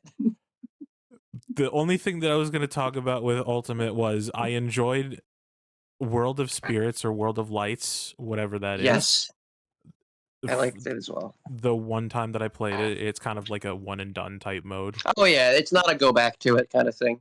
Yes, and It's the early games such a of good the competitive stuff was really fun. Yeah, A lot of fun. pre-patch, yes. Even without, like, I went to tournaments. I didn't always enter them Oh yeah, because money, but right. I still enjoyed my time playing the game, finding a community because of it, and it was great. Nowadays Yeah, with Steve, it's kind of yeah. It's. Yeah, listen, I think Kazi is a bigger problem, honestly, and I think that he's getting a pass because people hate Steve more because of the game that Steve plays. At least Kazuya plays a fighting game, but Kazuya is such a bigger issue. He just zero to deaths you in so many different ways. Whereas most characters don't even have a zero to death, and the ones that do have to really work for it. And I'm not saying all of Kazuya's confirms are easy per se, but if you they're not like because they're true, they're like they're true combos. All they're you have to worth do is working lab it on. out. Like yeah, like all you have to do is lab it out, and once you do, like regardless of the amount of time it might take, you just like I don't know. I feel like the only reason Akazi is not as popular is because people don't either A want to put the time into it or B be villainized by the community. there's one thing that I can say about Steve being worse than Kazuya. With Steve, if you're really, really good at playing Steve, It doesn't you matter. you can't really change. You can't really transfer those fundamentals to any other character. With Kazuya, Yeah. at least you can. Yeah, that's true. Kazuya, you could probably play the other FGC characters as well. It's like Steve isn't playing the Steve same game plays that his own game. yeah, No, he yeah, plays his Steve own is game. playing Minecraft. Steve is playing Minecraft. I like your cut, G. Yeah. Okay. I mean, for me, Yeah. that's enough for Ultimate, because, yeah. We'll go. We're all ultimate nerds. We'll go into that. Okay, the That next won't game, stop. yeah, the next game that I have is kind of a technicality. Mario 3D World Bowser's Fury. Okay, Bowser's Fury is enough of its own game. I'm I would glad you say. agree. I'm glad you agree, because I was just like, I don't even care about 3D World. Bowser's Fury is its own Yeah, thing. it's its own thing. And it was only I on didn't the really Switch. play it much, but like I watched people play 3D World and I watched people play Bowser's Fury, and I'm like, these are not the same thing. Exactly. these are like these are more different than New Super Mario Bros. New Super Mario Bros. And New Super Mario Bros. Wii. Like and those two games were marketed as different games. These are like actually different games. Basically, they included a spin-off that was a completely different, like, not completely different genre. It was still a 3D platformer, but this one's like an open world 3D platformer in the same engine. It's kind of like but completely different. It's kind of like when people had Super Mario Brothers and then the Lost Levels was added. Like the Lost Levels was another game. It wasn't as long, but it was another game. It was more game. I'd say the mechanics are so different between 3D World and Bowser's Fury that Yeah, it's way more yeah, different than that. yeah. No, I agree with you. That I don't think it's a top 10 for me, but I'm not the biggest Mario nut. I don't dislike him. I just don't vibe with. Their games are so easy, dude. Like I don't. They jump in difficulty at random. Oh, I'm gonna go off on Mario. Oh no, I'm gonna stop now. Go on. Yeah, the one thing I have to say about Mario is, yes, the difficulty is very varying, but you know who I am, the games that I play. I play things Right, from Kirby Epic Yarn to like Super Meat Boy. a good game. Both good games actually, Yes. and two opposite sides of the difficulty spectrum. Yes, both 2D. So I kind of have a different viewpoint of difficulty, and now that I've played like Dark Souls and beaten Elden Ring to all hell and back, I kind of have more tolerance towards bullshit difficulty. Yeah, You should it play does Ninja do it. Gaiden. I am planning I on love it. Ninja Gaiden. I love them so much. I I don't wish have there it. was a remake. I'm not a fan of easy games. I think is my biggest thing. Like for the most part, I like there to be a difficulty, and I like there to be difficulty levels. So like I might go into a game on easy difficulty just to try it out and get things down, but then I'll ramp it up to hard right away. Like I don't like feeling like I'm not earning what I'm doing. I don't know. So like Mario games have always just felt like they're super easy and then just randomly they'll get difficult. And I'm just like, that's not fun. That's Yeah, just their difficulty why. curves are very skewed. I don't understand this. Like And if you ever want to look up what I'm saying, it's a matter of you like flow and or aggravation more than boredom. So oh dude, boredom is the worst. That's the worst thing a game can be. A game can be it's an aggravating or even bad or annoying or frustrating game is leagues ahead of a boring game. yes. Like at least there's something to overcome in an aggravating game. A boring game is like, why even play it? Mhm. Like Yeah, a boring game. If you improve at the it's not game, a you just make game. it more boring. An aggravating game, you either give up or you get better. In which case, you get to the flow zone, which is where the most fun is. Yeah, And exactly. I completely God. understand you. It's just that sometimes when I'm done with bullshit of life, I just want to turn my brain off. And so the Yeah, but easy game, there are many no thinky games out there that are not easy per se. Like that don't require you to think much, but they also aren't boring. Oh, Like fucking keep talking and nobody explodes. That's not a relatively difficult game per se. Like it's not hard to understand the concept. It's not hard to do, but like that game is exciting. that is the complete opposite of turn your brain off, no thinky I game. know. It's constant know. thinking, constant stress. I know. he Okay, that was a wants bad something that example. he doesn't have to think about at all. Like give him Uno. Let's see. He knows the rules of Uno. Okay, He just yeah, drop it Uno. and Like play it. No. Uno. Uno It's is not just boring fighting either. with your friends. I'm talking about games like Power Washing Simulator, where you Okay. just Yeah, turn your. It's not but that's hard. not boring. Or any farming simulator. Yeah, that's a good example. Any Those are great, simulator. but they're not boring. Power Washing Simulator is one of the most satisfying things I've ever played. And for me, that's also Kirby's Epic Yarn when I'm in the mood. Oh yeah, but what I feel like we're agreeing with each other and talking as if we're disagreeing. Yes. I don't understand what's your happening. different viewpoints. It's discourse. That's what it is. There's no agreement or disagreement. There's just discourse. There's just issue. Okay, let me go to my last 3 games so that James can do his. Bro, this is an hour and 40 minutes already. Yeah. I think our longest geez. podcast is like 2 hours something. This is gonna be a lengthy one. Okay, working let me on it for a rush while. through my last 3. Metroid Dread, amazing. Need I say more? Oh yeah. No, that game again, it came out at when people were really starting to doubt if Metroid would go anywhere ever again. And it went somewhere. Okay. That game, yeah. I mean, we've already kind of talked about it, so I'd like to move on quickly so James can start. I want to turn. Yeah. I want to turn on the game Hey, machine. Mom, they won't let me talk. Mom says it's I my wanna turn on the Xbox. Mom. Okay. Hey, you guys talking about Uno over there? I want to turn. The next 2 games are That looks like fun.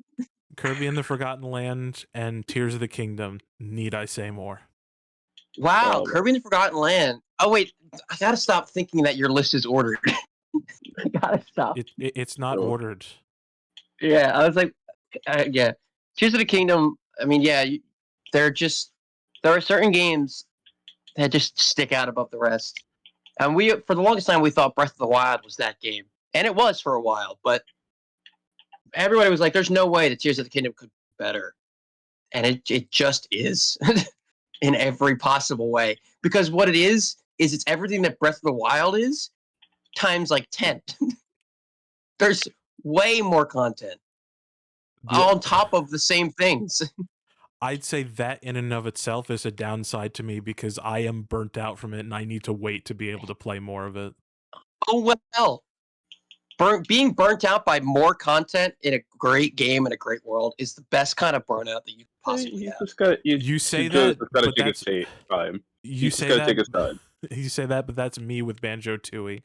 I wanted to play Banjo- Banjo-Tooie. There's Yeah. just too much. There's such thing as too Yeah. much content. No, that's DK64. DK64 really smashed the collectathon. I'm genre not to talking about death. just too much content. I'm talking about like too much of a good thing. Yeah, It I guess that's exists. fair. Man, it does exist, but that's Medicine why in- there's breaks. Medicine in too high of quantities is poison. Yes, good. Yes, correct. And I also want to Fun mention fact: most things in too high quantities are poison. Like water. And can Yes. can I just give a little bit more time just for one more list? Sure, fine. Another list. Sure, fine. Games that I want to retry or continue playing. Bomberman R, because I don't think I gave it enough time for the single player. Wait. This could be a whole other podcast. Okay. Shut the fuck up. Too fucking bad. This could be Xenoblade 1 through 3. No! Donkey Kong Country Tropical Freeze and Part-Time UFO. Ah! I need to give those more time. Okay, done. James, go. Honorable mentions. That could have been a whole other topic. Fuck we you. can go to that another time. We can go to that another time. For me, my honorable mentions and lists are going to be really wait. freaking whack. He's got to do his own prelude, right? He's got to do his prelude. If My you want. prelude. We all did one. We did while we were waiting for you at the start. We did a prelude as to what got us into gaming and why the Switch was so important for us. Oh man. Okay, sure. Let's do what got it. me into gaming?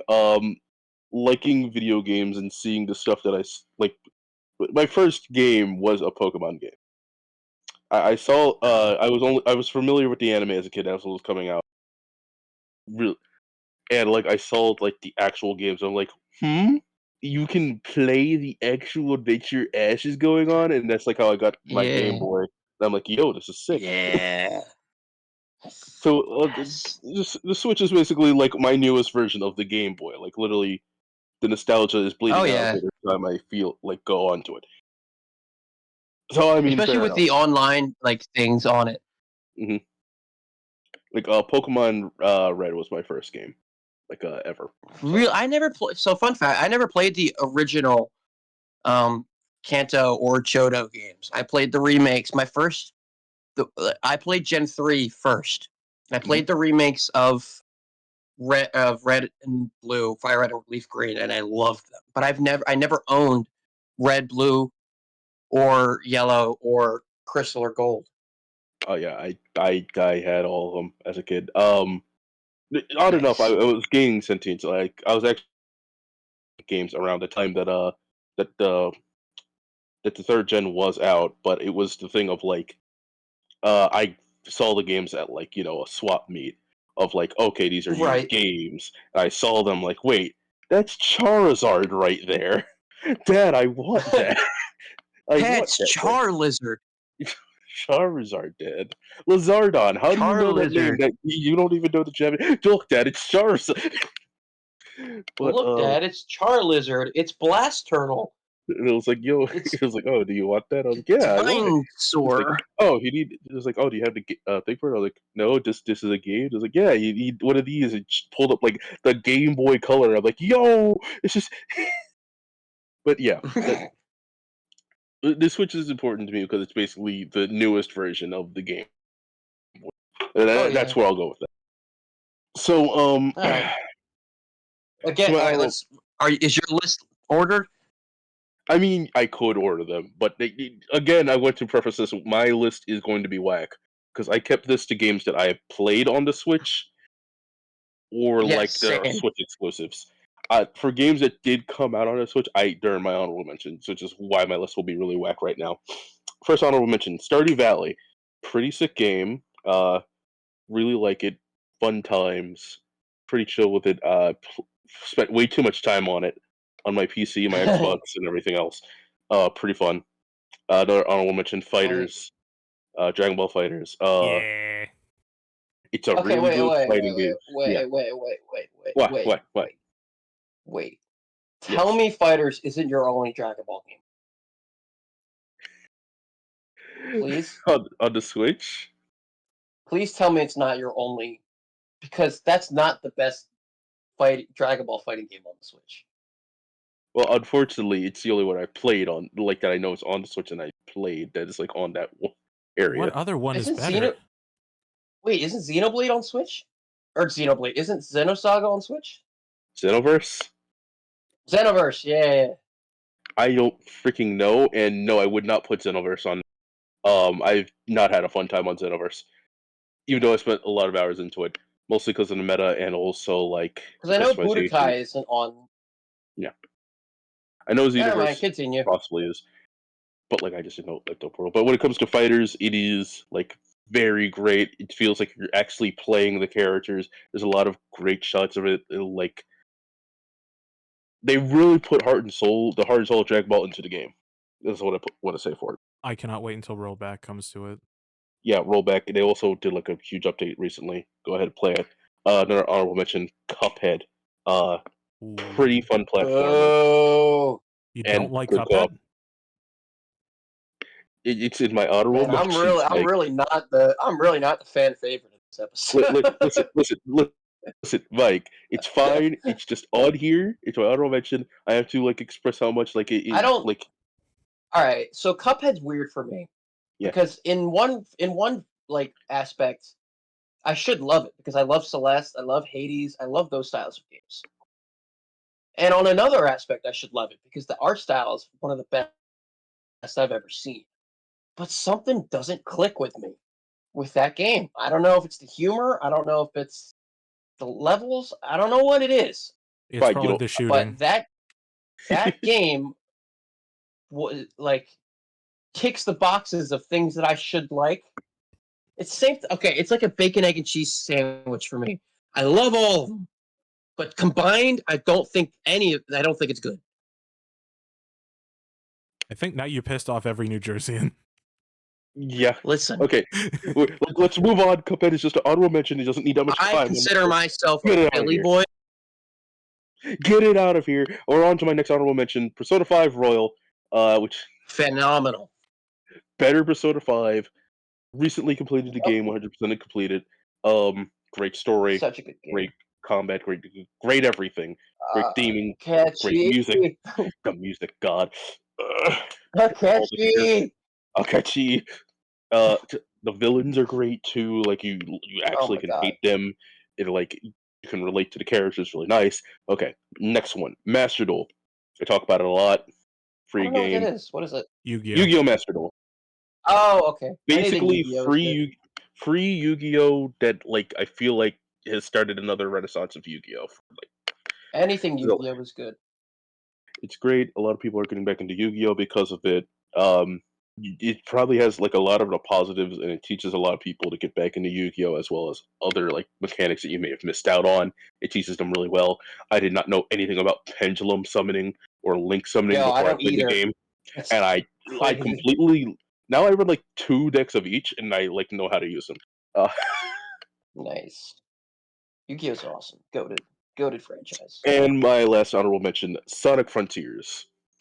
I talked about this game way too much. I played it on the Xbox. Yeah. Hmm? That's an honorable mention. All right. Like I said, it's for games that my top 10 list is for basically just exclusives, and for games that I did Okay. actually play on the Switch. This is why I said beforehand, my list is going to look a little All bit right. wacky, especially when you see the stuff All that right. is in You my didn't top play. 10. Oh, wait. So you didn't play Frontiers on Switch? Hmm? No, You I didn't played play Frontiers Frontiers on Switch? on my Xbox. It ran really I great. got you. That makes more sense. Okay. Yeah, it ran Understand. because I didn't trust my Switch to play it right. You know, to play It it played the it best. pretty well. I heard like some people had some issues with it, so I was like, oh, I'll get it from my Xbox, Mm.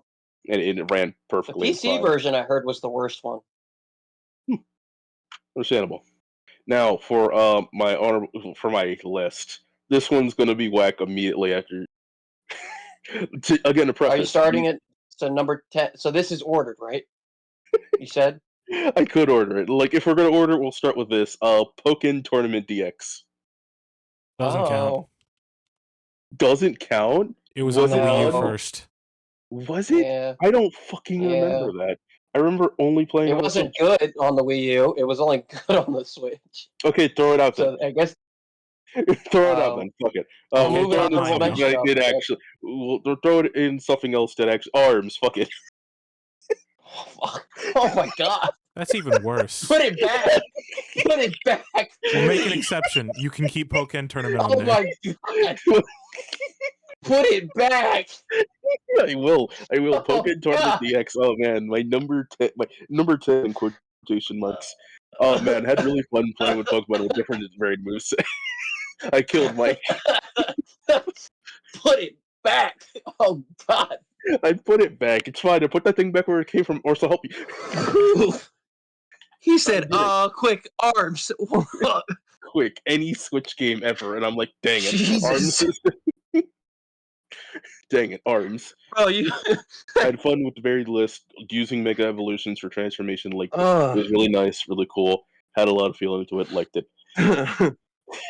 By number 9, Super Bomberman R. I had a lot of fun with Alright. this because I played Bomberman growing up. I had like a lot of variations of it. This one added a lot of feeling and touch to it, and like a lot of unique stuff that I didn't think was possible for like the Bomberman series of like the boss fights of like putting bombs there, launching them Yeah, it was at pretty like, interesting. next stuff. It was the same thing with Monkey Ball for me. Like, I didn't expect them to be able to make boss fights in Monkey Ball, but it worked. Yeah, it was like really nice. They did cool missions. Added like a bunch of characters, like freaking people from WWE, Raiden from the Metal Gear Rise. Just a Nice. bunch of also Right. like really fun cameos too. So I thought it was really cool. Adding personalities to all the Barman like colors that we've seen throughout the years, which is really nice. So yeah, I Right. really need to play Super Bomberman R again because I didn't grow up with Bomberman and Neither did only I. had fun in the multiplayer and was just like, okay, I'll just grind the points in the multiplayer. You I can know I only played. get points in single player. I played Bomberman 64 with my cousin growing up, and also I had like a bunch of DS Bombermans, so they're really nice. I also want to try like all those. So I'll there's one on the list of things that I'll give another try because it Mhm. seems worth it. It, Also, it's, I'll it's probably set it to like a Japanese dub or whatever because the voice acting is the one thing I can't deal with. I do like the cheesiness though. It does make it feel like a dubbed anime. You do it in the English one. I couldn't stop laughing. Oh man. On to number 8. We'll put in Super Mario Party. You know, the one with the tier list, but the one that also allowed you to get like several allies. It was like it added a lot of like different things to Mario Party that it probably shouldn't have added, but it made it a lot more wacky, a lot more enjoyable. Your friend stole all your stars. Uh, I remember we played it at my apartment and it was fun. We ordered Pizza Hut or something. Yes, pretty funny, pretty cool. Um, Let me see. We'll move on to that one. We'll move on to Mario Kart 8, which is my number 7. Also, technically doesn't count because it was on the Wii U first and Deluxe. foremost. Mario Kart 8 Deluxe. Also, still doesn't count because the DLC was How? also originally on. But I will make an hate this. exception. Have you played the booster courses? Yes. Then it does count for you. Okay. Mario Kart 8 Deluxe. I feel like My Mario number Kart 7. 8 on the Switch is such a different game than Mario Kart 8 on the Wii U at this point. It is. It is. But I do like it. I like playing it. I need to, like I keep on like getting on and off of it, but I do play it. I've been keeping myself Man, like James, did you offline. hear the rules to the lists at all? Yes, I did. I just forgot Mario Kart 8 was like Deluxe was And on the Pokken. fucking. Yes, I did. I forget that they existed on there. They were so early in it. I just thought they were like odd releases for them. I'm gonna be honest. That's really funny. Now, number 6, Super Mario Like Odyssey. you made a point to say that your top 10 is going to be exclusive Switch games. Yes, I did. I sure did. Or stuff that I played on the Switch. So shut up. I'm moving on to my number 6, Super Mario Odyssey. I know this one is on the Switch. Kid. Please. God, I made my guide twice, and I'm not even halfway through yet. Oh Not god. even halfway through Super Mario Odyssey. A lot of the same reasons that Joey said. there's a lot of speedrunning to go with it. Really like the Moon collection. Also like the freaky movements you can do. The thing of like Cappy is also really cool. The new jumping on Cappy, the boss fights are really nice. Taking over like enemies as well as like it's really nice. Really like the Super Mario Odyssey. Uh I'm happy for you. Thank you, greatly appreciate it. My number 5, Breath of the Wild. All right. I didn't get to play this one as much as I wanted to Wait a because second. Hold on a minute. You didn't play Tears yet, did you? I didn't, so it's not on this list. So, Breath of the Wild is 5, Yes, and you'll hate. Odyssey's 6. Yeah, I don't even like Odyssey, but like, what? All right. if we Go were on. to order them, I said if we were to order them, basically off of my Yeah. enjoyment. I Okay. didn't get to play Breath of the Wild too much. Basically, I got to play it mostly in the game room. Okay. And for that Fair time, I enough. was like, okay, this is cool, great, awesome. I think it hurt in this aspect of like, for me, I did enjoy the time I had with it, but normally, like, it was in like shorter increments. Like, I couldn't. After like an hour, I really feel like I didn't get much done, and that Fair hurt the enough. game for me just a little bit. Number 4, you're gonna hate me for this one, Mike. You specifically, Mm, Pokemon great. Sword and Shield. Great. So anyway, I like the setup for things. I like the new. I like them finally adding the. I like them also finally adding like the tournament style for battling, like for the championship, because I feel like that's something we should have had for a long time. I like that Leon as a champion, as well as like Hop as the rival, considering he's like someone that actually wants to win, and his character's afraid of like having love for his brother, like living in the shadow, and like trying to become the champion himself. But meanwhile, you're here as like the ultimate wall to stop him from that goal, and it like makes you actually feel for the character. Also, the The music gym. kind of Before you slaps. continue to beat him Oh up. yeah, yeah. The gyms really slap. And also like his ending is also really too. Anyway, of like you know becoming a professor's assistant, I getting only that kind of said resolution for a character. I only The said the music does music slap. kind of slaps. The gyms are kind of the weak part for me. The gyms are a little bit weak, but the characters behind the gyms are like actually better for some. The gyms themselves, but the gym leaders are great. Like they actually have like a lot of character to them, and like you see them around and like actually like Nessa's like in the magazines. Nessa's This guy's hot. taking care of people. Yes, understandable. These ones have backstories of like, oh, they're this one is like either the son or the mom is going to do it, depending on the game that you got. Oh, freaking Team Yell is basically just a cheerleading squad because their town is quite shit, and they're basically Mhm. endorsing the one person that can probably be a champion for their entire town. Mm, Marty's also hot. Stop. Go to Underage. jail. I know. That's the joke. You violated the law. Go to jail immediately. Do I not just pass thought about go. it because I'm like, wait a minute, isn't there a controversy around here? Oh yeah, Marnie. Listen, you could have even said like the ice mom I was talking about was hot, but sure. I just wanted to bring as much controversy as possible because I don't like these. I mean, The I wild played them. area is I had great. fun, Playing them kind of. online, But cooking the curry is great.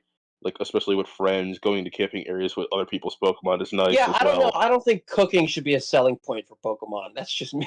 No, it's funny. It's fun though. It's like an All actual. It's right, not a selling point, but it's just an additional thing that it also was makes a it fun. selling point. They made it a selling point. But they Pokemon make a selling advertising point is like that really all that. stupid. But they do that for Yeah, everything though, like puffin making for Gen 3, like puffin making or the was cube making. also dumb. Yes. It's like also a fun I mean, interactive thing that you could actually do with friends besides just battling or doing contests for Gen 4. Gambling. Gambling, yeah, gambling.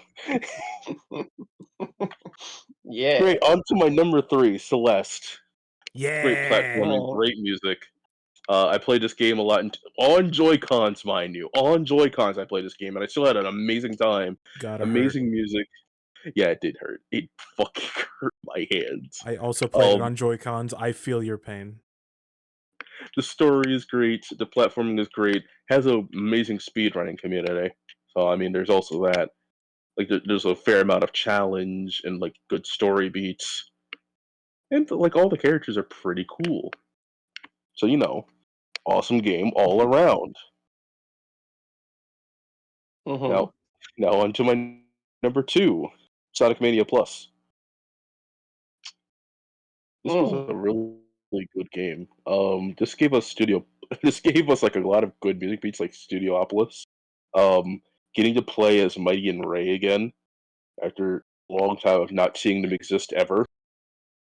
Being Mm-hmm. able to play as all the three, like in their classic, like as the original three of Sonic, Tails, and Knuckles in like their original environment, was also really great.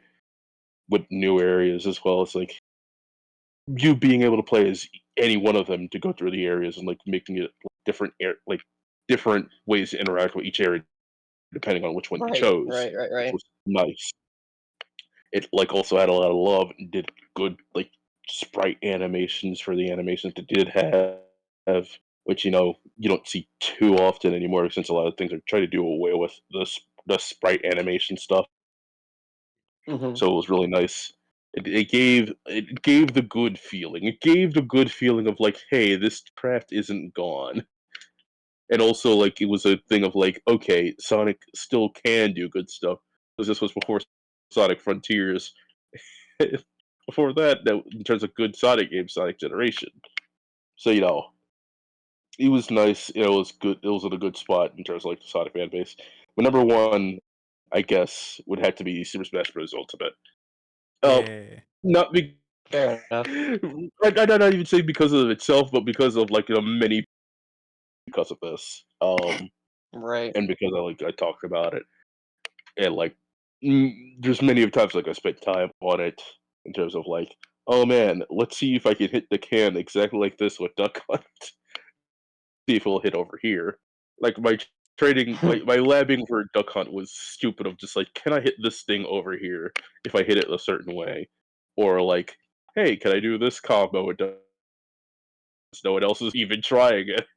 I mean, but also like playing with friends and like was the main way that I hang out with other people in the game room Oh too yeah. through Smash.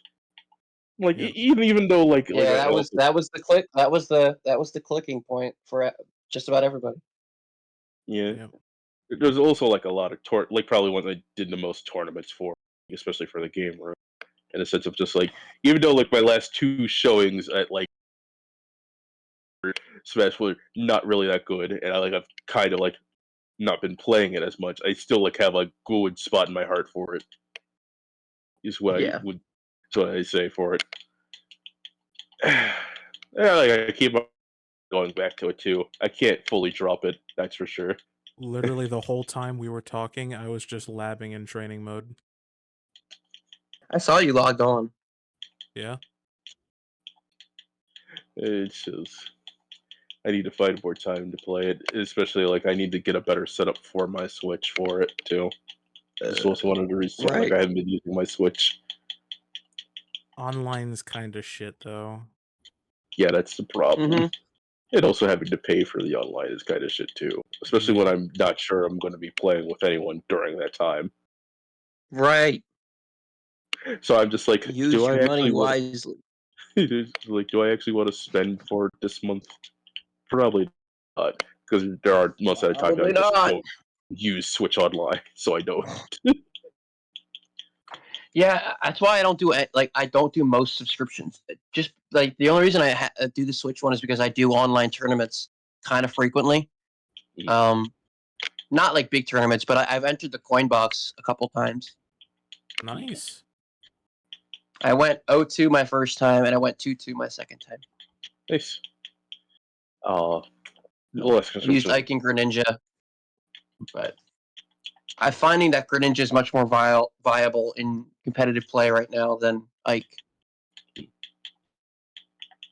If I can play Ike, I will play Ike, but it's a very difficult thing to do. I still think Ike's my best character, but he's just so linear. That's fair.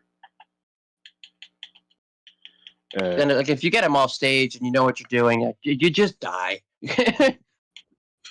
Not fun. Understandable. I mean, as long as you are But- having fun, that's what matters. Yeah, I do enjoy it. We could just probably stream all three of us playing Smash. If we I don't have a wanted to. stream. Another I don't have know a how to do capture that. card. I know. Oh, you mean you could stream all three? Oh, I get you. Yeah. Yeah, that'd have to be I thought you another meant time. we could all stream it. I'm like, I don't have a thing, Joey. Yeah, I know. Perspective. I'll add another time. Just shake the rust off that I definitely have from not playing. I'm down to Smash. play right now. When the podcast is over, if you want to. Sleep. Probably sleep right now. I have to be up in the Okay. morning. That's also one of the issues.